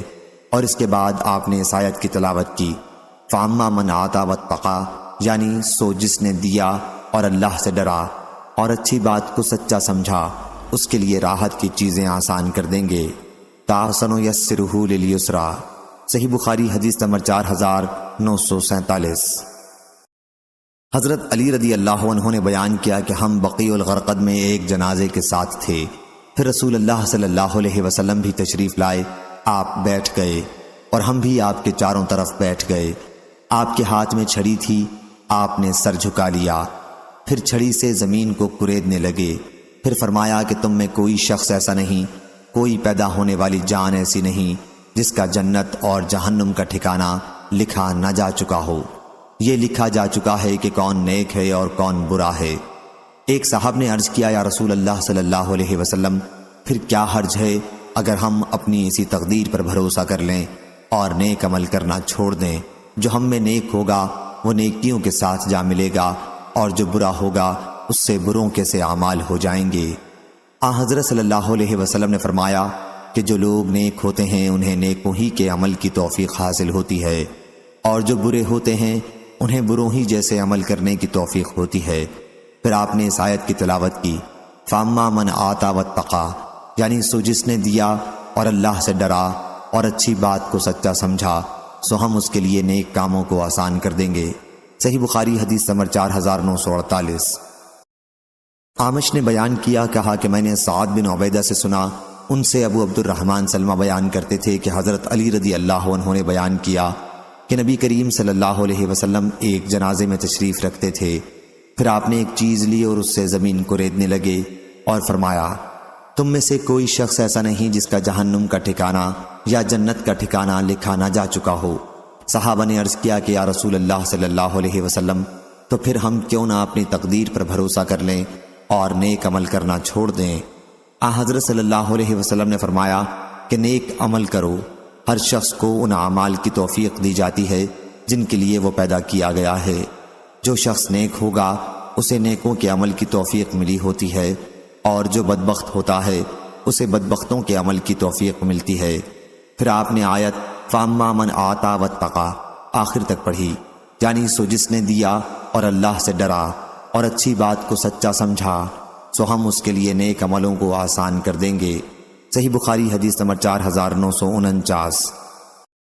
اسود بن قیس نے بیان کیا، کہا میں نے جندب بن سفیان رضی اللہ عنہ سے سنا، انہوں نے بیان کیا کہ رسول اللہ صلی اللہ علیہ وسلم بیمار پڑ گئے اور 2 یا 3 راتوں کو تہجد کے لیے نہیں اٹھ سکے۔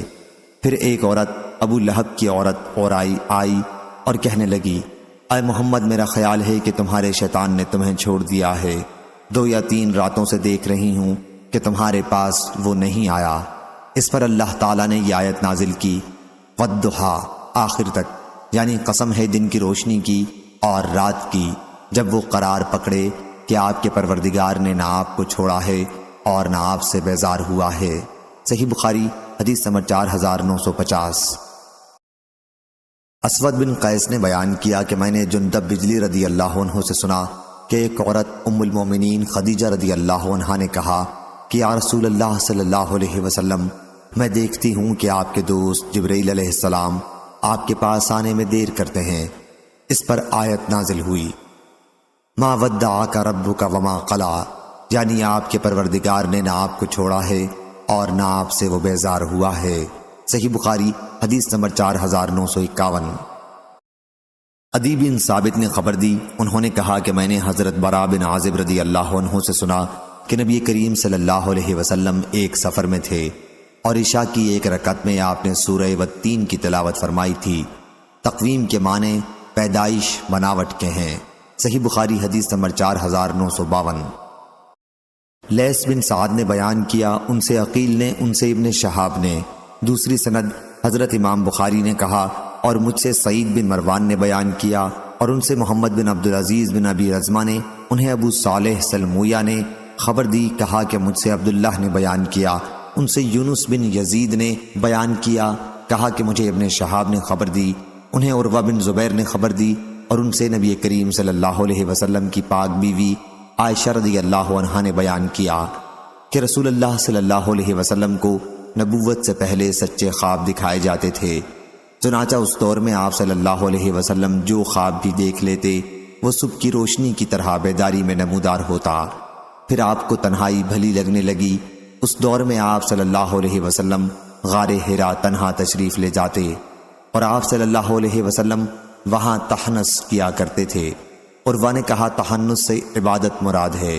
آپ صلی اللہ علیہ وسلم وہاں کئی راتیں جاگتے، گھر میں نہ آتے اور اس کے لیے اپنے گھر سے توشہ لے جایا کرتے تھے۔ پھر جب توشہ ختم ہو جاتا پھر خدیجہ رضی اللہ عنہا کے ہاں لوٹ کر تشریف لاتے اور اتنا ہی توشہ پھر لے جاتے۔ اسی حال میں آپ غار حرا میں تھے کہ دفتن آپ پر وحی نازل ہوئی، چنانچہ فرشتہ آپ کے پاس آیا اور کہا پڑھیے۔ حضرت صلی اللہ علیہ وسلم نے فرمایا کہ میں پڑھا ہوا نہیں ہوں۔ حضور صلی اللہ علیہ وسلم نے بیان کیا کہ مجھے فرشتے نے پکڑ لیا اور اتنا بھینچا کہ میں بے طاقت ہو گیا، پھر انہوں نے مجھے چھوڑ دیا اور کہا کہ پڑھیے۔ میں نے کہا کہ میں پڑھا ہوا نہیں ہوں۔ انہوں نے پھر دوسری مرتبہ مجھے پکڑ کر اس طرح بھینچا کہ میں بے طاقت ہو گیا اور چھوڑنے کے بعد کہا کہ پڑھیے۔ میں نے اس مرتبہ بھی یہی کہا کہ میں پڑھا ہوا نہیں ہوں۔ انہوں نے تیسری مرتبہ پھر اسی طرح مجھے پکڑ کر بھینچا کہ میں بے طاقت ہو گیا اور کہا کہ پڑھیے اپنے پروردگار کے نام کے ساتھ جس نے سب کو پیدا کیا، جس نے انسان کو خون کے لوتھڑے سے پیدا کیا ہے۔ آپ پڑھیے اور آپ کا رب بڑا کریم ہے جس نے قلم کے ذریعے تعلیم دی ہے، سے آیت علم الانسان ما لم یعلم تک۔ پھر حضرت صلی اللہ علیہ وسلم ان 5 آیات کو لے کر واپس گھر تشریف لائے اور گھبراہٹ سے آپ کے مونڈھے اور گردن کا گوشت پھڑک حرکت کر رہا تھا۔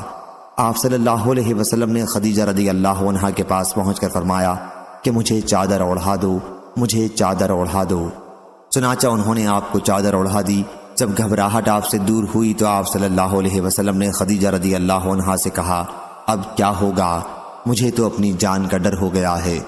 پھر آپ صلی اللہ علیہ وسلم نے سارا واقعہ انہیں سنایا۔ خدیجہ رضی اللہ عنہا نے کہا ایسا ہرگز نہ ہوگا، آپ کو خوشخبری ہو، اللہ کی قسم اللہ آپ کو کبھی رسوا نہیں کرے گا۔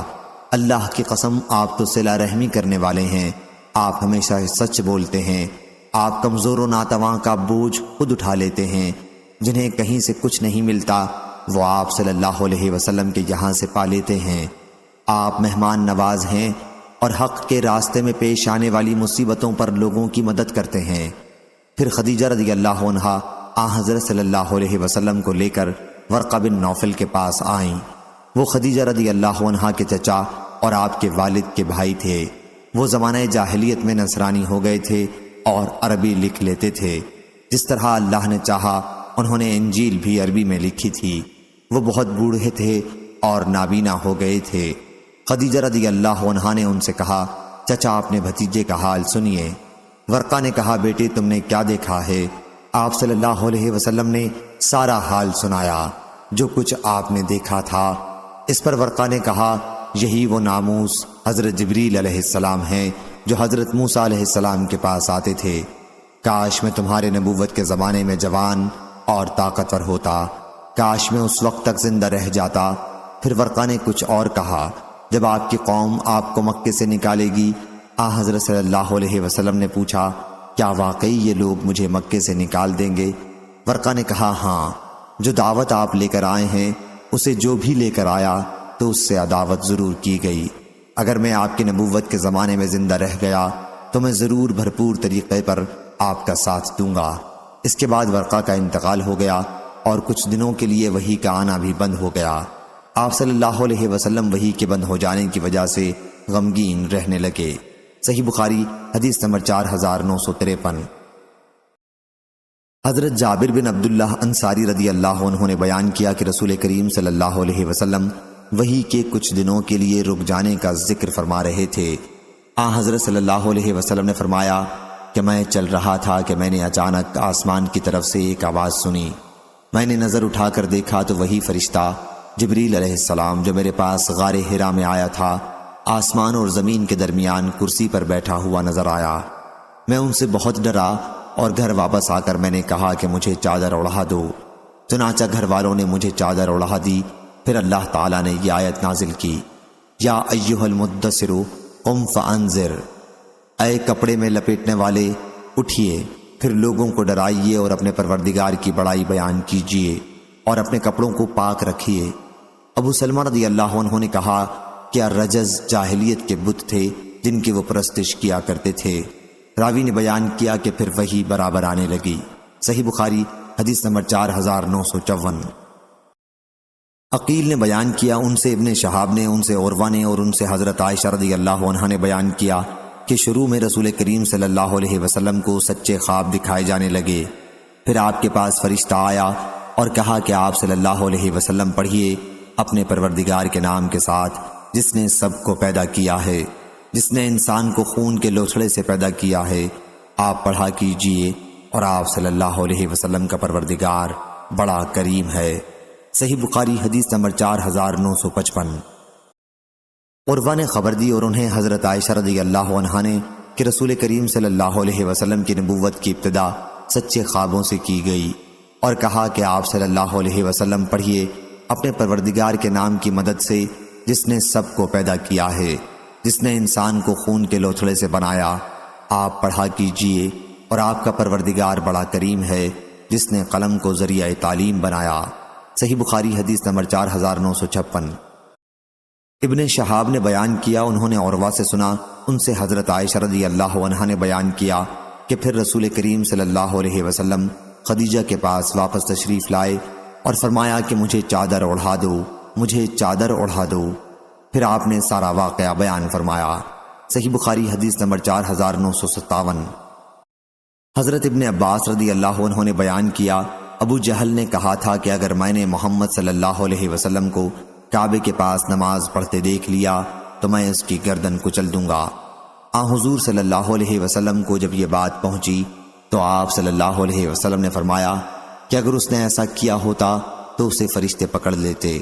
عبد الرزاق کے ساتھ اس حدیث کو عمرو بن خالد نے روایت کیا ہے، ان سے عبید اللہ نے، ان سے عبد الکریم نے بیان کیا۔ صحیح بخاری حدیث نمبر 4958۔ شعبہ نے بیان کیا کہ میں نے قتادہ سے سنا اور انہوں نے حضرت انس بن مالک رضی اللہ عنہ سے کہ رسول کریم صلی اللہ علیہ وسلم نے ابی بن کعب رضی اللہ عنہ سے فرمایا کہ اللہ تعالیٰ نے مجھے حکم دیا ہے کہ تمہیں سورہ لم یکن الذین کفروا پڑھ کر سناؤں۔ حضرت ابی بن کعب رضی اللہ عنہ نے عرض کیا کیا اللہ نے میرا نام بھی لیا ہے؟ حضرت صلی اللہ علیہ وسلم نے فرمایا کہ ہاں۔ اس پر وہ رونے لگے۔ صحیح بخاری حدیث نمبر 4959۔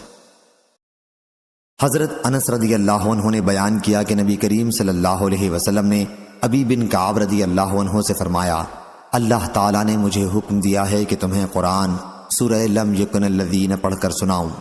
حضرت ابی بن کعب رضی اللہ عنہ نے عرض کیا کیا آپ سے اللہ تعالیٰ نے میرا نام بھی لیا ہے؟ آپ نے فرمایا کہ ہاں، اللہ تعالیٰ نے تمہارا نام بھی مجھ سے لیا ہے۔ حضرت ابی بن کعب رضی اللہ عنہ یہ سن کر رونے لگے۔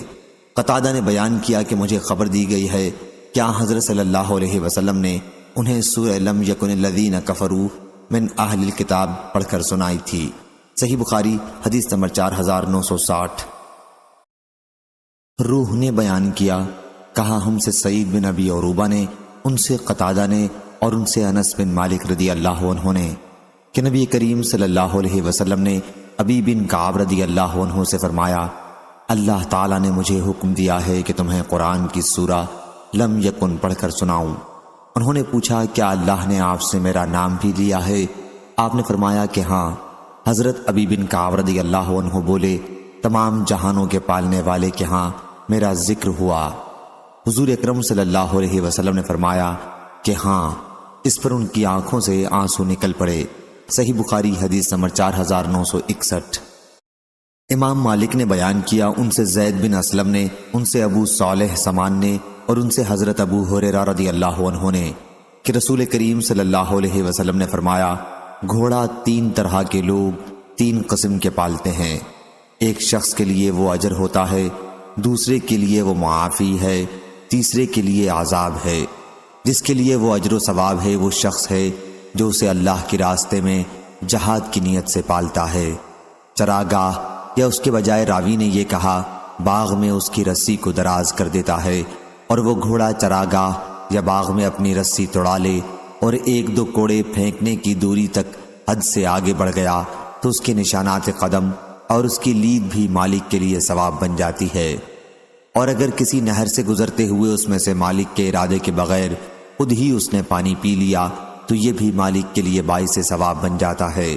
دوسرا شخص جس کے لیے اس کا گھوڑا باعث معافی پردہ بنتا ہے، یہ وہ شخص ہے جس نے لوگوں سے بے پرواہ رہنے اور لوگوں کے سامنے سوال کرنے سے بچنے کے لیے اسے پالا، اور اس گھوڑے کی گردن پر جو اللہ تعالیٰ کا حق ہے اور اس کی پیٹھ کا جو حق ہے اسے بھی وہ ادا کرتا رہتا ہے، تو گھوڑا اس کے لیے باعث معافی پردہ بن جاتا ہے۔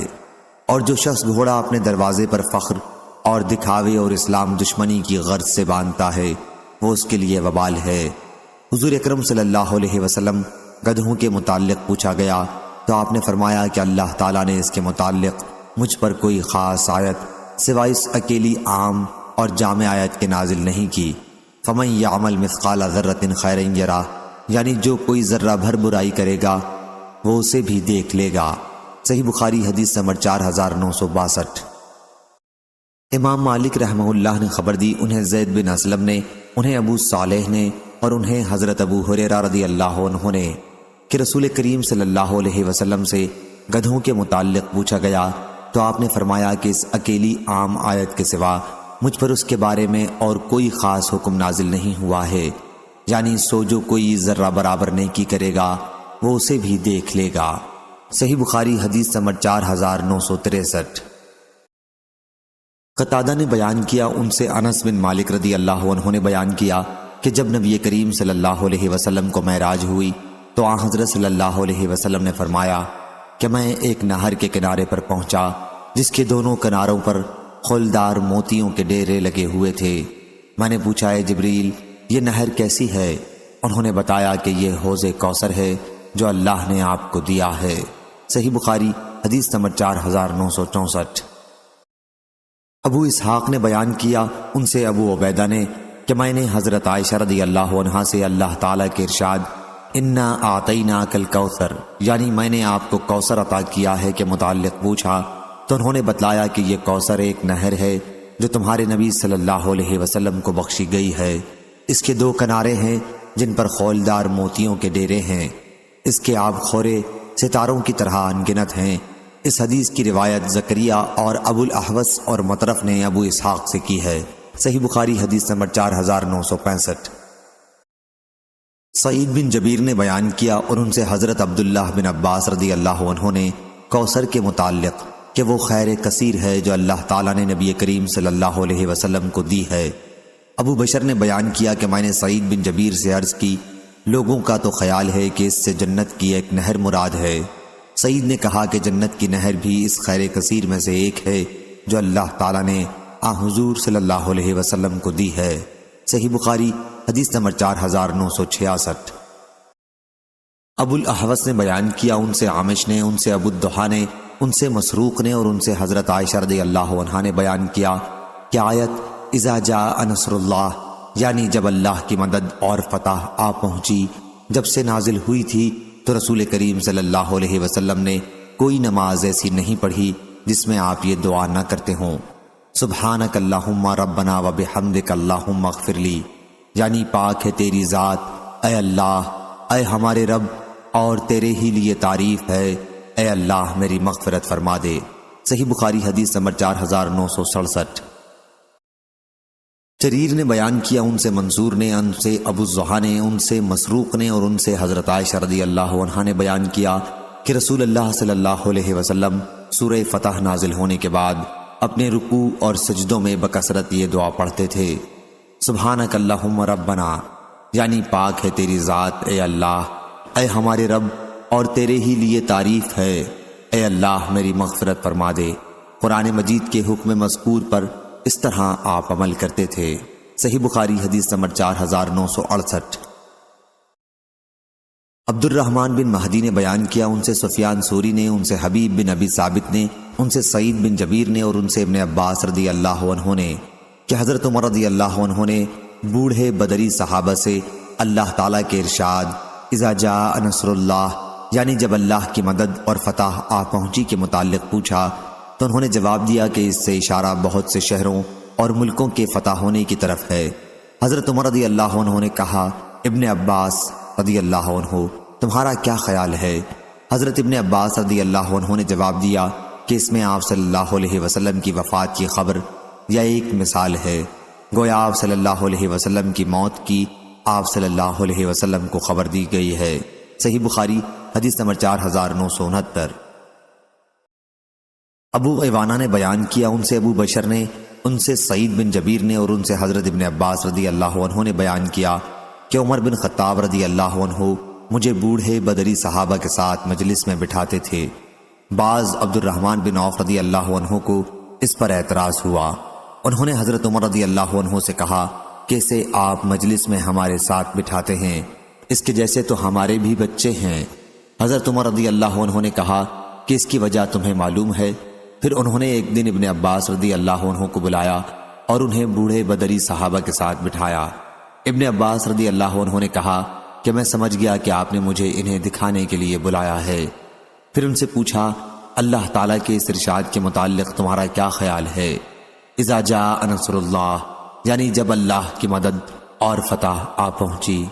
بعض لوگوں نے کہا کہ جب ہمیں مدد اور فتح حاصل ہوئی تو اللہ کی حمد اور اس سے استغفار کا ہمیں آیت میں حکم دیا گیا ہے۔ کچھ لوگ خاموش رہے اور کوئی جواب نہیں دیا۔ پھر آپ نے مجھ سے پوچھا ابن عباس رضی اللہ عنہ کیا تمہارا بھی یہی خیال ہے؟ میں نے عرض کیا کہ نہیں۔ پوچھا پھر تمہاری کیا رائے ہے؟ میں نے عرض کیا کہ اس میں رسول اللہ صلی اللہ علیہ وسلم کی وفات کی طرف اشارہ ہے۔ اللہ تعالیٰ نے حضرت صلی اللہ علیہ وسلم کو یہی چیز بتائی ہے اور فرمایا کہ جب اللہ کی مدد اور فتح آ پہنچی یعنی پھر یہ آپ کی وفات کی علامت ہے، اس لیے آپ اپنے پروردگار کی پاکی و تعریف بیان کیجئے اور اس سے بخشش مانگا کیجئے، بے شک وہ بڑا توبہ قبول کرنے والا ہے۔ حضرت عمر رضی اللہ عنہ نے اس پر کہا میں بھی وہی جانتا ہوں جو تم نے کہا۔ صحیح بخاری حدیث نمبر 4970۔ حضرت ابن عباس رضی اللہ عنہ نے بیان کیا کہ جب یہ آیت نازل ہوئی آپ اپنے قریبی رشتہ داروں کو ڈرائیے اور اپنے گروہ کے ان لوگوں کو ڈراؤ جو مخلصین ہیں، تو رسول اللہ صلی اللہ علیہ وسلم صفا پہاڑی پر چڑھ گئے اور پکارا یا صباحا۔ قریش نے کہا یہ کون ہے؟ پھر وہاں سب آ کر جمع ہو گئے۔ حضرت صلی اللہ علیہ وسلم نے ان سے فرمایا تمہارا کیا خیال ہے اگر میں تمہیں بتاؤں کہ ایک لشکر اس پہاڑ کے پیچھے سے آنے والا ہے تو کیا تم مجھ کو سچا نہیں سمجھو گے؟ انہوں نے کہا ہمیں جھوٹ کا آپ سے تجربہ کبھی نہیں ہے۔ حضرت صلی اللہ علیہ وسلم نے فرمایا پھر میں تمہیں اس سخت عذاب سے ڈراتا ہوں جو تمہارے سامنے آ رہا ہے۔ یہ سن کر ابو لہب بولا تو تباہ ہو گیا، تو نے ہمیں اس لیے جمع کیا تھا۔ پھر حضرت صلی اللہ علیہ وسلم وہاں سے چلے آئے اور آپ پر یہ سورت نازل ہوئی تبت یدا ابی لہب و تب، یعنی دونوں ہاتھ ٹوٹ گئے ابو لہب کے اور وہ برباد ہو گیا۔ عامش نے یوں پڑھا وقد تبہ کذا، یہ حدیث روایت کی۔ صحیح بخاری حدیث نمبر 4971۔ عامش نے بیان کیا ان سے عمرو بن مرہ نے، ان سے سعید بن جبیر نے اور ان سے حضرت ابن عباس رضی اللہ عنہ نے بیان کیا کہ نبی کریم صلی اللہ علیہ وسلم بطحا کی طرف تشریف لے گئے اور پہاڑی پر چڑھ کر پکارا یا صباحا۔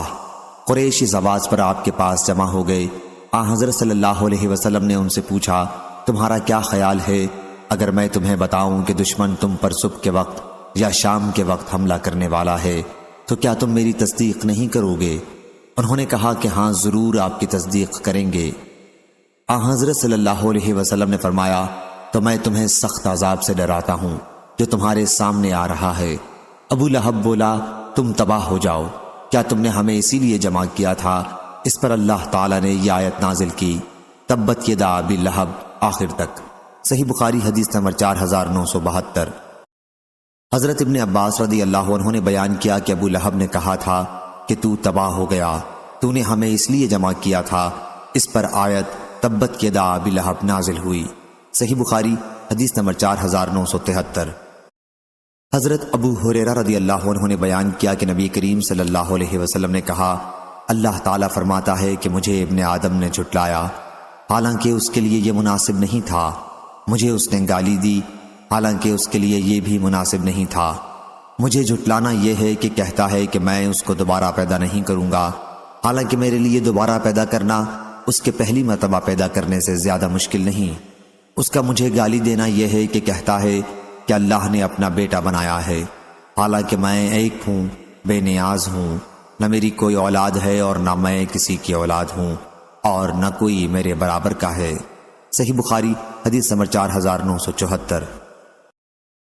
حضرت ابو ہریرہ رضی اللہ عنہ نے بیان کیا کہ رسول اللہ صلی اللہ علیہ وسلم نے فرمایا، اللہ پاک نے فرمایا ہے کہ ابن آدم نے مجھے جھٹلایا، حالانکہ اس کے لیے یہ مناسب نہ تھا۔ اس نے مجھے گالی دی، حالانکہ یہ اس کا حق نہیں تھا۔ مجھے جھٹلانا یہ ہے کہ کہتا ہے کہ میں اسے دوبارہ زندہ نہیں کر سکتا، جیسا کہ میں نے اسے پہلی دفعہ پیدا کیا تھا۔ اس کا گالی دینا یہ ہے کہ کہتا ہے اللہ نے بیٹا بنا لیا ہے، حالانکہ میں بے پرواہ ہوں، میرے ہاں نہ کوئی اولاد ہے اور نہ میں کسی کی اولاد، اور نہ کوئی میرے برابر کا ہے۔ کفون اور کفیہ اور کفا ہم معنی ہیں۔ صحیح بخاری حدیث نمبر 4975۔ زربن حبیش نے بیان کیا، انہوں نے ابی بن کعب رضی اللہ عنہ سے معوذتین کے بارے میں پوچھا تو انہوں نے بیان کیا کہ یہ مسئلہ میں نے بھی رسول اللہ صلی اللہ علیہ وسلم سے پوچھا تھا۔ حضرت صلی اللہ علیہ وسلم نے فرمایا کہ مجھے جبریل علیہ السلام کی زبانی کہا گیا ہے کہ یوں کہو کہ اعوذ برب الفلق۔ میں نے اسی طرح کہا، چنانچہ ہم بھی وہی کہتے ہیں جو رسول کریم صلی اللہ علیہ وسلم نے کہا۔ صحیح بخاری حدیث نمبر 4976۔ زر نے بیان کیا کہ میں نے ابی بن کعب رضی اللہ عنہ سے پوچھا، یا ابا المنذر، آپ کے بھائی عبداللہ بن مسعود رضی اللہ عنہ تو یہ کہتے ہیں کہ سورہ معوذتین قرآن میں داخل نہیں ہیں۔ ابی بن کعب رضی اللہ عنہ نے کہا کہ میں نے رسول اللہ صلی اللہ علیہ وسلم سے اس بات کا پوچھا تھا۔ حضرت صلی اللہ علیہ وسلم نے مجھ سے فرمایا کہ جبریل علیہ السلام کی زبانی مجھ سے یوں کہا گیا، کیا ایسا کہہ؟ اور میں نے کہا۔ ابی بن کعب رضی اللہ عنہ نے کہا کہ ہم بھی وہی کہتے ہیں جیسا کہ رسول اللہ صلی اللہ علیہ وسلم نے فرمایا تھا۔ صحیح بخاری حدیث نمبر 4977۔ عبد الرحمن بن عوف نے بیان کیا کہ مجھ کو حضرت عائشہ اور عبداللہ بن عباس رضی اللہ عنہ نے خبر دی کہ نبی کریم صلی اللہ علیہ وسلم مکے میں 10 سال رہے اور قرآن نازل ہوتا رہا، اور مدینے میں بھی 10 سال تک رہے اور آپ پر وہاں بھی قرآن نازل ہوتا رہا۔ صحیح بخاری حدیث نمبر 4978، 4979۔ ابو عثمان مہدی نے بیان کیا کہ مجھے معلوم ہوا کہ حضرت جبریل علیہ السلام نبی کریم صلی اللہ علیہ وسلم کے پاس آئے اور آپ سے بات کرنے لگے۔ اس وقت ام المومنین ام سلمہ رضی اللہ عنہا آپ کے پاس موجود تھیں۔ حضرت صلی اللہ علیہ وسلم نے ان سے پوچھا کہ جانتی ہو یہ کون ہیں، یا اسی طرح کے الفاظ آپ نے فرمائے۔ ام المومنین نے کہا واہیہ کلبی ہیں۔ جب آپ کھڑے ہوئے، ام سلمہ نے بیان کیا کہ خدا کی قسم اس وقت بھی میں انہیں واہیہ کلبی سمجھتی رہی۔ آخر جب میں نے نبی کریم صلی اللہ علیہ وسلم کا خطبہ سنا جس میں آپ نے حضرت جبریل علیہ السلام کے آنے کی خبر سنائی، تب مجھے حال معلوم ہوا، یا اسی طرح کے الفاظ بیان کیے۔ معتمر نے بیان کیا کہ میرے والد سلیمان نے کہا، میں نے ابو عثمان مہدی سے کہا کہ آپ نے یہ حدیث کس سے سنی تھی؟ انہوں نے بتایا کہ حضرت اسامہ بن زید رضی اللہ عنہ سے۔ صحیح بخاری حدیث نمبر 4980۔ حضرت ابو ہریرہ رضی اللہ عنہ نے بیان کیا کہ نبی کریم صلی اللہ علیہ وسلم نے فرمایا، ہر نبی کو ایسے ایسے معجزات عطا کیے گئے کہ انہیں دیکھ کر ان پر ایمان لائے، بعد کے زمانے میں ان کا کوئی اثر نہیں رہا، اور مجھے جو معجزہ دیا گیا ہے وہ وہی قرآن ہے جو اللہ تعالیٰ نے مجھ پر نازل کی ہے۔ اس کا اثر قیامت تک باقی رہے گا، اس لیے مجھے امید ہے کہ قیامت کے دن میرے تابع فرمان لوگ دوسرے پیغمبروں کے تابع فرمانوں سے زیادہ ہوں گے۔ صحیح بخاری حدیث نمبر 4981۔ حضرت انس بن مالک رضی اللہ عنہ نے خبر دی کہ اللہ تعالیٰ نبی کریم صلی اللہ علیہ وسلم پر پے در پے وحی اتارتا رہا، اور آپ کی وفات کے قریبی زمانہ میں تو بہت وحی اتری، پھر اس کے بعد حضرت صلی اللہ علیہ وسلم کی وفات ہو گئی۔ صحیح بخاری حدیث نمبر 4982۔ سفیان ثوری نے بیان کیا، ان سے اسود بن قیس نے کہا کہ میں نے جندب بن عبداللہ بجلی رضی اللہ عنہ سے سنا، انہوں نے بیان کیا کہ نبی کریم صلی اللہ علیہ وسلم بیمار پڑے اور 1 یا 2 راتوں میں تہجد کی نماز کے لیے نہ اٹھ سکے، تو ایک عورت اورا بنت رب ابو لہب کی جورو حضرت صلی اللہ علیہ وسلم کے پاس آئی اور کہنے لگی، محمد صلی اللہ علیہ وسلم، میرا خیال ہے کہ تمہارے شیطان نے تمہیں چھوڑ دیا ہے۔ اس پر اللہ تعالیٰ نے یہ آیت نازل کی، والضحیٰ، قسم ہے دن کی روشنی کی اور رات کی جب وہ قرار پکڑے، کیا آپ کے پروردگار نے نہ آپ کو چھوڑا ہے اور نہ وہ آپ سے خفا ہوا ہے۔ صحیح بخاری حدیث نمبر 4983۔ حضرت انس بن مالک رضی اللہ عنہ نے خبر دی، انہوں نے بیان کیا کہ حضرت عثمان رضی اللہ عنہ نے زید بن ثابت، سعید بن عاص، عبداللہ بن زبیر، عبد الرحمن بن حارث بن حشام رضی اللہ عنہ کو حکم دیا کہ قرآن مجید کو کتابی شکل میں لکھیں، اور فرمایا کہ اگر قرآن کے کسی محاورے میں تمہارا زید بن ثابت رضی اللہ عنہ سے اختلاف ہو تو اس لفظ کو قریش کے محاورے کے مطابق لکھو، کیونکہ قرآن انہی کے محاورے پر نازل ہوا ہے۔ چنانچہ انہوں نے ایسا ہی کیا۔ صحیح بخاری حدیث نمبر 4984۔ عطا بن ابی رباح نے بیان کیا، دوسری سند، اور میرے والد مستد بن زید نے بیان کیا کہ ہم سے یحییٰ بن سعید قطان نے بیان کیا، ان سے ابن جریج نے بیان کیا، کہا مجھ کو عطا بن ابی رباح نے خبر دی، کہا کہ مجھے صفوان بن یعلا بن امیہ نے خبر دی کہ میرے والد یعلا کہا کرتے تھے کہ کاش میں رسول کریم صلی اللہ علیہ وسلم کو اس وقت دیکھتا جب آپ پر وحی نازل ہوتی ہو۔ چنانچہ جب آپ مقام جعرانہ میں ٹھہرے ہوئے تھے، آپ کے اوپر کپڑے سے سایہ کر دیا گیا تھا، اور آپ کے ساتھ آپ کے چند صحابہ موجود تھے کہ ایک شخص جو خوشبو میں بسا ہوا تھا آیا اور عرض کیا، یا رسول اللہ صلی اللہ علیہ وسلم، ایسے شخص کے بارے میں کیا فتویٰ ہے جس نے خوشبو میں بسا ہوا ایک جبہ پہن کر احرام باندھا ہو؟ تھوڑی دیر کے لیے حضرت صلی اللہ علیہ وسلم نے دیکھا اور پھر آپ پر وحی آنا شروع ہو گئی۔ حضرت عمر رضی اللہ عنہ نے حضرت یعلا رضی اللہ عنہ کو اشارے سے بلایا، یعلا آئے اور اپنا سر اس کپڑے کے جس سے حضرت صلی اللہ علیہ وسلم کے لیے سایہ کیا گیا تھا اندر کر لیا۔ حضرت صلی اللہ علیہ وسلم کا چہرہ اس وقت سرخ ہو رہا تھا اور آپ تیزی سے سانس لے رہے تھے۔ تھوڑی دیر تک یہی کیفیت رہی، پھر یہ کیفیت دور ہو گئی اور آپ نے دریافت فرمایا کہ جس نے ابھی مجھ سے عمرے کے متعلق فتویٰ پوچھا تھا وہ کہاں ہے؟ اس شخص کو تلاش کر کے آپ کے پاس لایا گیا۔ آپ صلی اللہ علیہ وسلم نے ان سے فرمایا، جو خوشبو تمہارے بدن یا کپڑے پر لگی ہوئی ہے اس کو 3 مرتبہ دھو لو اور جبے کو اتار دو، پھر عمرے میں بھی اسی طرح کرو جس طرح حج میں کرتے ہو۔ صحیح بخاری حدیث نمبر 4985۔ حضرت زید بن ثابت رضی اللہ عنہ نے بیان کیا کہ جنگ یمامہ میں صحابہ کی بہت بڑی تعداد کے شہید ہو جانے کے بعد حضرت ابو بکر رضی اللہ عنہ نے مجھے بلا بھیجا۔ اس وقت عمر رضی اللہ عنہ بھی ان کے پاس ہی موجود تھے۔ حضرت ابو بکر رضی اللہ عنہ نے کہا کہ عمر رضی اللہ عنہ میرے پاس آئے اور انہوں نے کہا کہ یمامہ کی جنگ میں بہت بڑی تعداد میں قرآن کے قاریوں کی شہادت ہو گئی ہے، اور مجھے ڈر ہے کہ اسی طرح کفار کے ساتھ دوسری جنگوں میں بھی قراء قرآن بڑی تعداد میں قتل ہو جائیں گے، اور یوں قرآن کے جاننے والوں کی بہت بڑی تعداد ختم ہو جائے گی۔ اس لیے میرا خیال ہے کہ آپ قرآن مجید کو باقاعدہ کتابی شکل میں جمع کرنے کا حکم دے دیں۔ میں نے حضرت عمر رضی اللہ عنہ سے کہا کہ آپ ایک ایسا کام کس طرح کریں گے جو رسول اللہ صلی اللہ علیہ وسلم نے اپنی زندگی میں نہیں کیا؟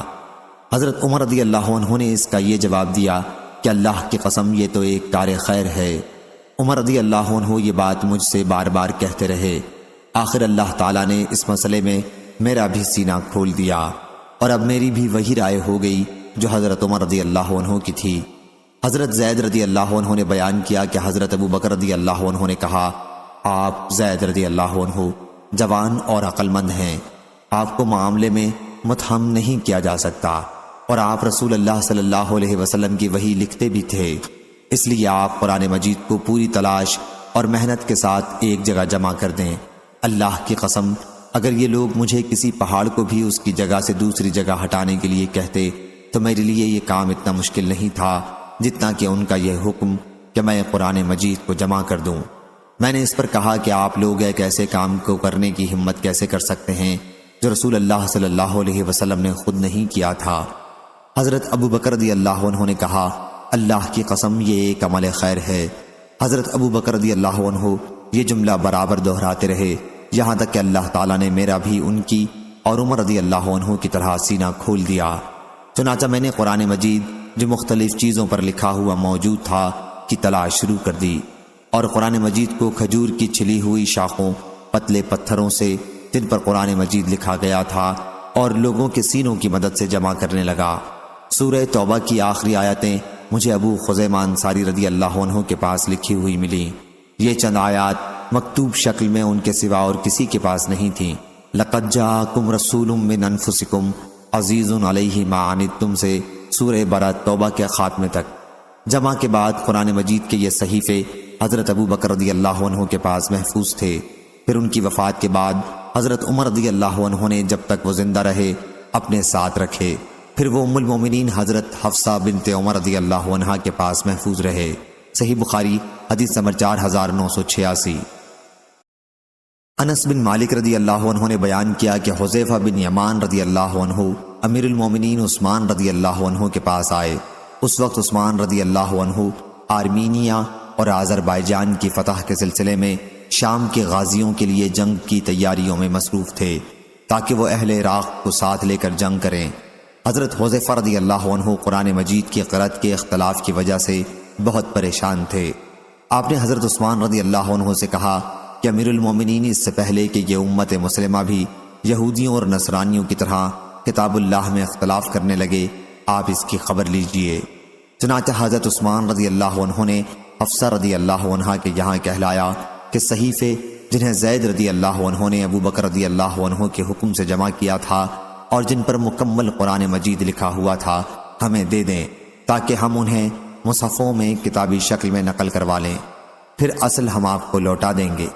حضرت حفصہ رضی اللہ عنہ نے وہ صحیفے حضرت عثمان رضی اللہ عنہ کے پاس بھیج دیے، اور آپ نے زید بن ثابت، عبداللہ بن زبیر، سعید بن العاص، عبد الرحمن بن حارث بن حشام رضی اللہ عنہم کو حکم دیا کہ وہ ان صحیفوں کو مصحفوں میں نقل کر لیں۔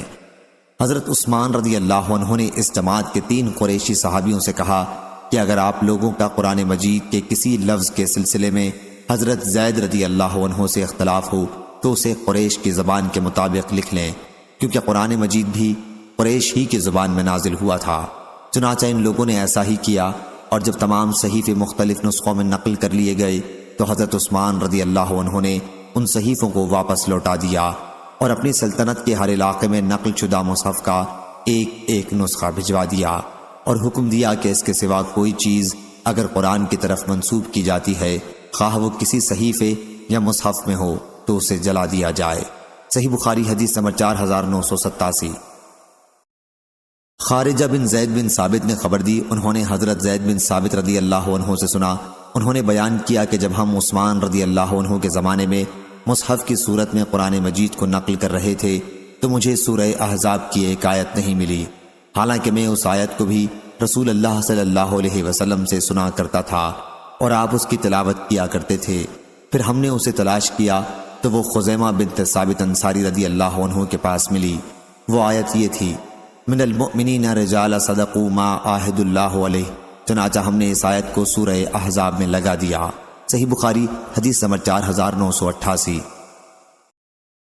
حضرت زید بن ثابت رضی اللہ عنہ نے بیان کیا کہ حضرت ابو بکر رضی اللہ عنہ نے اپنے زمانے خلافت میں مجھے بلایا اور کہا کہ تم رسول اللہ صلی اللہ علیہ وسلم کے سامنے قرآن لکھتے تھے، اس لیے اب بھی قرآن جمع کرنے کے لیے تم ہی تلاش کرو۔ میں نے تلاش کی اور سورہ توبہ کی آخری 2 آیتیں مجھے حضرت خزیمہ انصاری رضی اللہ عنہ کے پاس لکھی ہوئی ملیں، ان کے سوا اور کہیں یہ 2 آیتیں نہیں مل رہی تھیں۔ وہ آیتیں یہ تھیں، لَقَدْ جَاءَكُمْ رَسُولٌ مِّنْ أَنفُسِكُمْ عَزِيزٌ عَلَيْهِ مَا عَنِتُّمْ آخر تک۔ صحیح بخاری حدیث نمبر 4989۔ برا بن عازب رضی اللہ عنہ نے بیان کیا کہ جب آیت لا يستوی القاعدون من المؤمنین والمجاہدون فی سبیل اللہ نازل ہوئی تو نبی کریم صلی اللہ علیہ وسلم نے فرمایا کہ زید رضی اللہ عنہ کو میرے پاس بلاؤ اور ان سے کہو کہ تختی، دوات اور مونڈھے کی ہڈی لکھنے کا سامان لے کر آئیں۔ یا راوی نے اس کے بجائے ہڈی اور دوات کہا۔ پھر جب وہ آ گئے تو حضرت صلی اللہ علیہ وسلم نے فرمایا کہ لکھو لا یستوی القاعدون۔ حضور اکرم صلی اللہ علیہ وسلم کے پیچھے عمرو بن ام مکتوم بیٹھے ہوئے تھے جو نابینا تھے۔ انہوں نے عرض کیا یا رسول اللہ صلی اللہ علیہ وسلم، پھر آپ کا میرے بارے میں کیا حکم ہے؟ میں تو نابینا ہوں، جہاد میں نہیں جا سکتا، اب مجھ کو بھی مجاہد کا درجہ ملے گا یا نہیں؟ اس وقت یہ آیت یوں اتری، لا یستوی القاعدون من المؤمنین والمجاہدون فی سبیل اللہ غیر اولی الضرر نازل ہوئی۔ صحیح بخاری حدیث نمبر 4990۔ حضرت ابن عباس رضی اللہ عنہ نے بیان کیا کہ رسول اللہ صلی اللہ علیہ وسلم نے فرمایا، جبریل علیہ السلام نے مجھ کو پہلے عرب کے ایک ہی محاورے پر قرآن پڑھایا۔ میں نے ان سے کہا اس میں بہت سختی ہوگی۔ میں برابر ان سے کہتا رہا کہ اور محاوروں میں بھی پڑھنے کی اجازت دو، یہاں تک کہ 7 محاوروں کی اجازت ملی۔ صحیح بخاری حدیث نمبر 4991۔ مسعود بن مخرمہ اور عبد الرحمن بن عبد القاری نے بیان کیا، انہوں نے حضرت عمر بن خطاب رضی اللہ عنہ سے سنا، وہ بیان کرتے تھے کہ نبی کریم صلی اللہ علیہ وسلم کی زندگی میں نے حشام بن حکیم کو سورہ فرقان نماز میں پڑھتے سنا۔ میں نے ان کی قرأت کو غور سے سنا تو معلوم ہوا کہ وہ سورت میں ایسے حروف پڑھ رہے ہیں کہ مجھے اس طرح حضرت صلی اللہ علیہ وسلم نے نہیں پڑھایا تھا۔ قریب تھا کہ میں ان کا سر نماز ہی میں پکڑ لیتا، لیکن میں نے بڑی مشکل سے صبر کیا، اور جب انہوں نے سلام پھیرا تو میں نے ان کی چادر سے ان کی گردن باندھ کر پوچھا، یہ سورت جو میں نے ابھی تمہیں پڑھتے ہوئے سنی ہے، تمہیں کس نے اس طرح پڑھائی ہے؟ انہوں نے کہا کہ رسول اللہ صلی اللہ علیہ وسلم نے مجھے اسی طرح پڑھائی ہے۔ میں نے کہا تم جھوٹ بولتے ہو، خود حضور اکرم صلی اللہ علیہ وسلم نے مجھے اس سے مختلف دوسرے حرفوں سے پڑھائی جس طرح تم پڑھ رہے تھے۔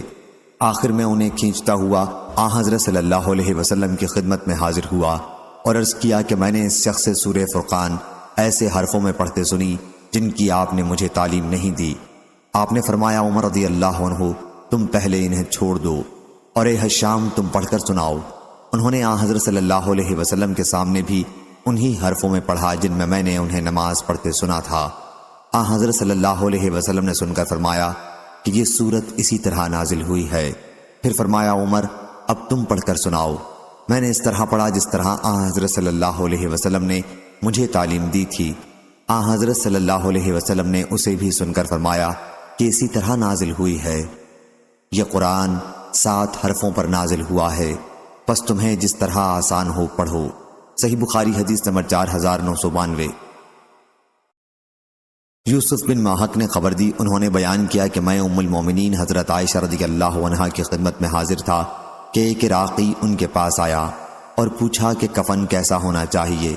ام المومنین نے کہا افسوس، اس سے مطلب کسی طرح کبھی کفن ہو تجھے کیا نقصان ہوگا؟ پھر اس شخص نے کہا ام المومنین مجھے اپنے مصحف دکھا دیجئے۔ انہوں نے کہا کیوں، کیا ضرورت ہے؟ اس نے کہا تاکہ میں بھی قرآن مجید اس ترتیب کے مطابق پڑھوں، کیونکہ لوگ بغیر ترتیب کے پڑھتے ہیں۔ انہوں نے کہا پھر اس میں کیا قباحت ہے؟ جون سی سورت تو چاہے پہلے پڑھ لے، جون سی سورت چاہے بعد میں پڑھ لے۔ اگر اترنے کی ترتیب دیکھتا ہے تو پہلے مفصل کی ایک سورت اتری، اقرا باسم ربک، جس میں جنت دوزخ کا ذکر ہے۔ جب لوگوں کا دل اسلام کی طرف رجوع ہو گیا، اعتقاد پختہ ہو گئے، اس کے بعد حلال و حرام کے احکام اترے۔ اگر کہیں شروع ہی میں یہ اترتا کہ شراب نہ پینا تو لوگ کہتے ہم تو کبھی شراب پینا نہیں چھوڑیں گے۔ اگر شروع ہی میں یہ اترتا کہ زنا نہ کرو تو لوگ کہتے ہم تو زنا نہیں چھوڑیں گے۔ اس کے بجائے مکے میں محمد صلی اللہ علیہ وسلم پر اس وقت جب میں بچی تھی اور کھیلا کرتی تھی یہ آیت نازل ہوئی، بل الساعۃ موعدہم والساعۃ ادھیٰ وامر۔ لیکن سورہ بقرہ اور سورہ نساء اس وقت نازل ہوئی جب میں مدینے میں حضور اکرم صلی اللہ علیہ وسلم کے پاس تھی۔ بیان کیا کہ پھر انہوں نے اس عراقی کے لیے اپنا مصحف نکالا اور ہر سورت کی آیات کی تفصیل لکھوائی۔ صحیح بخاری حدیث نمبر 4993۔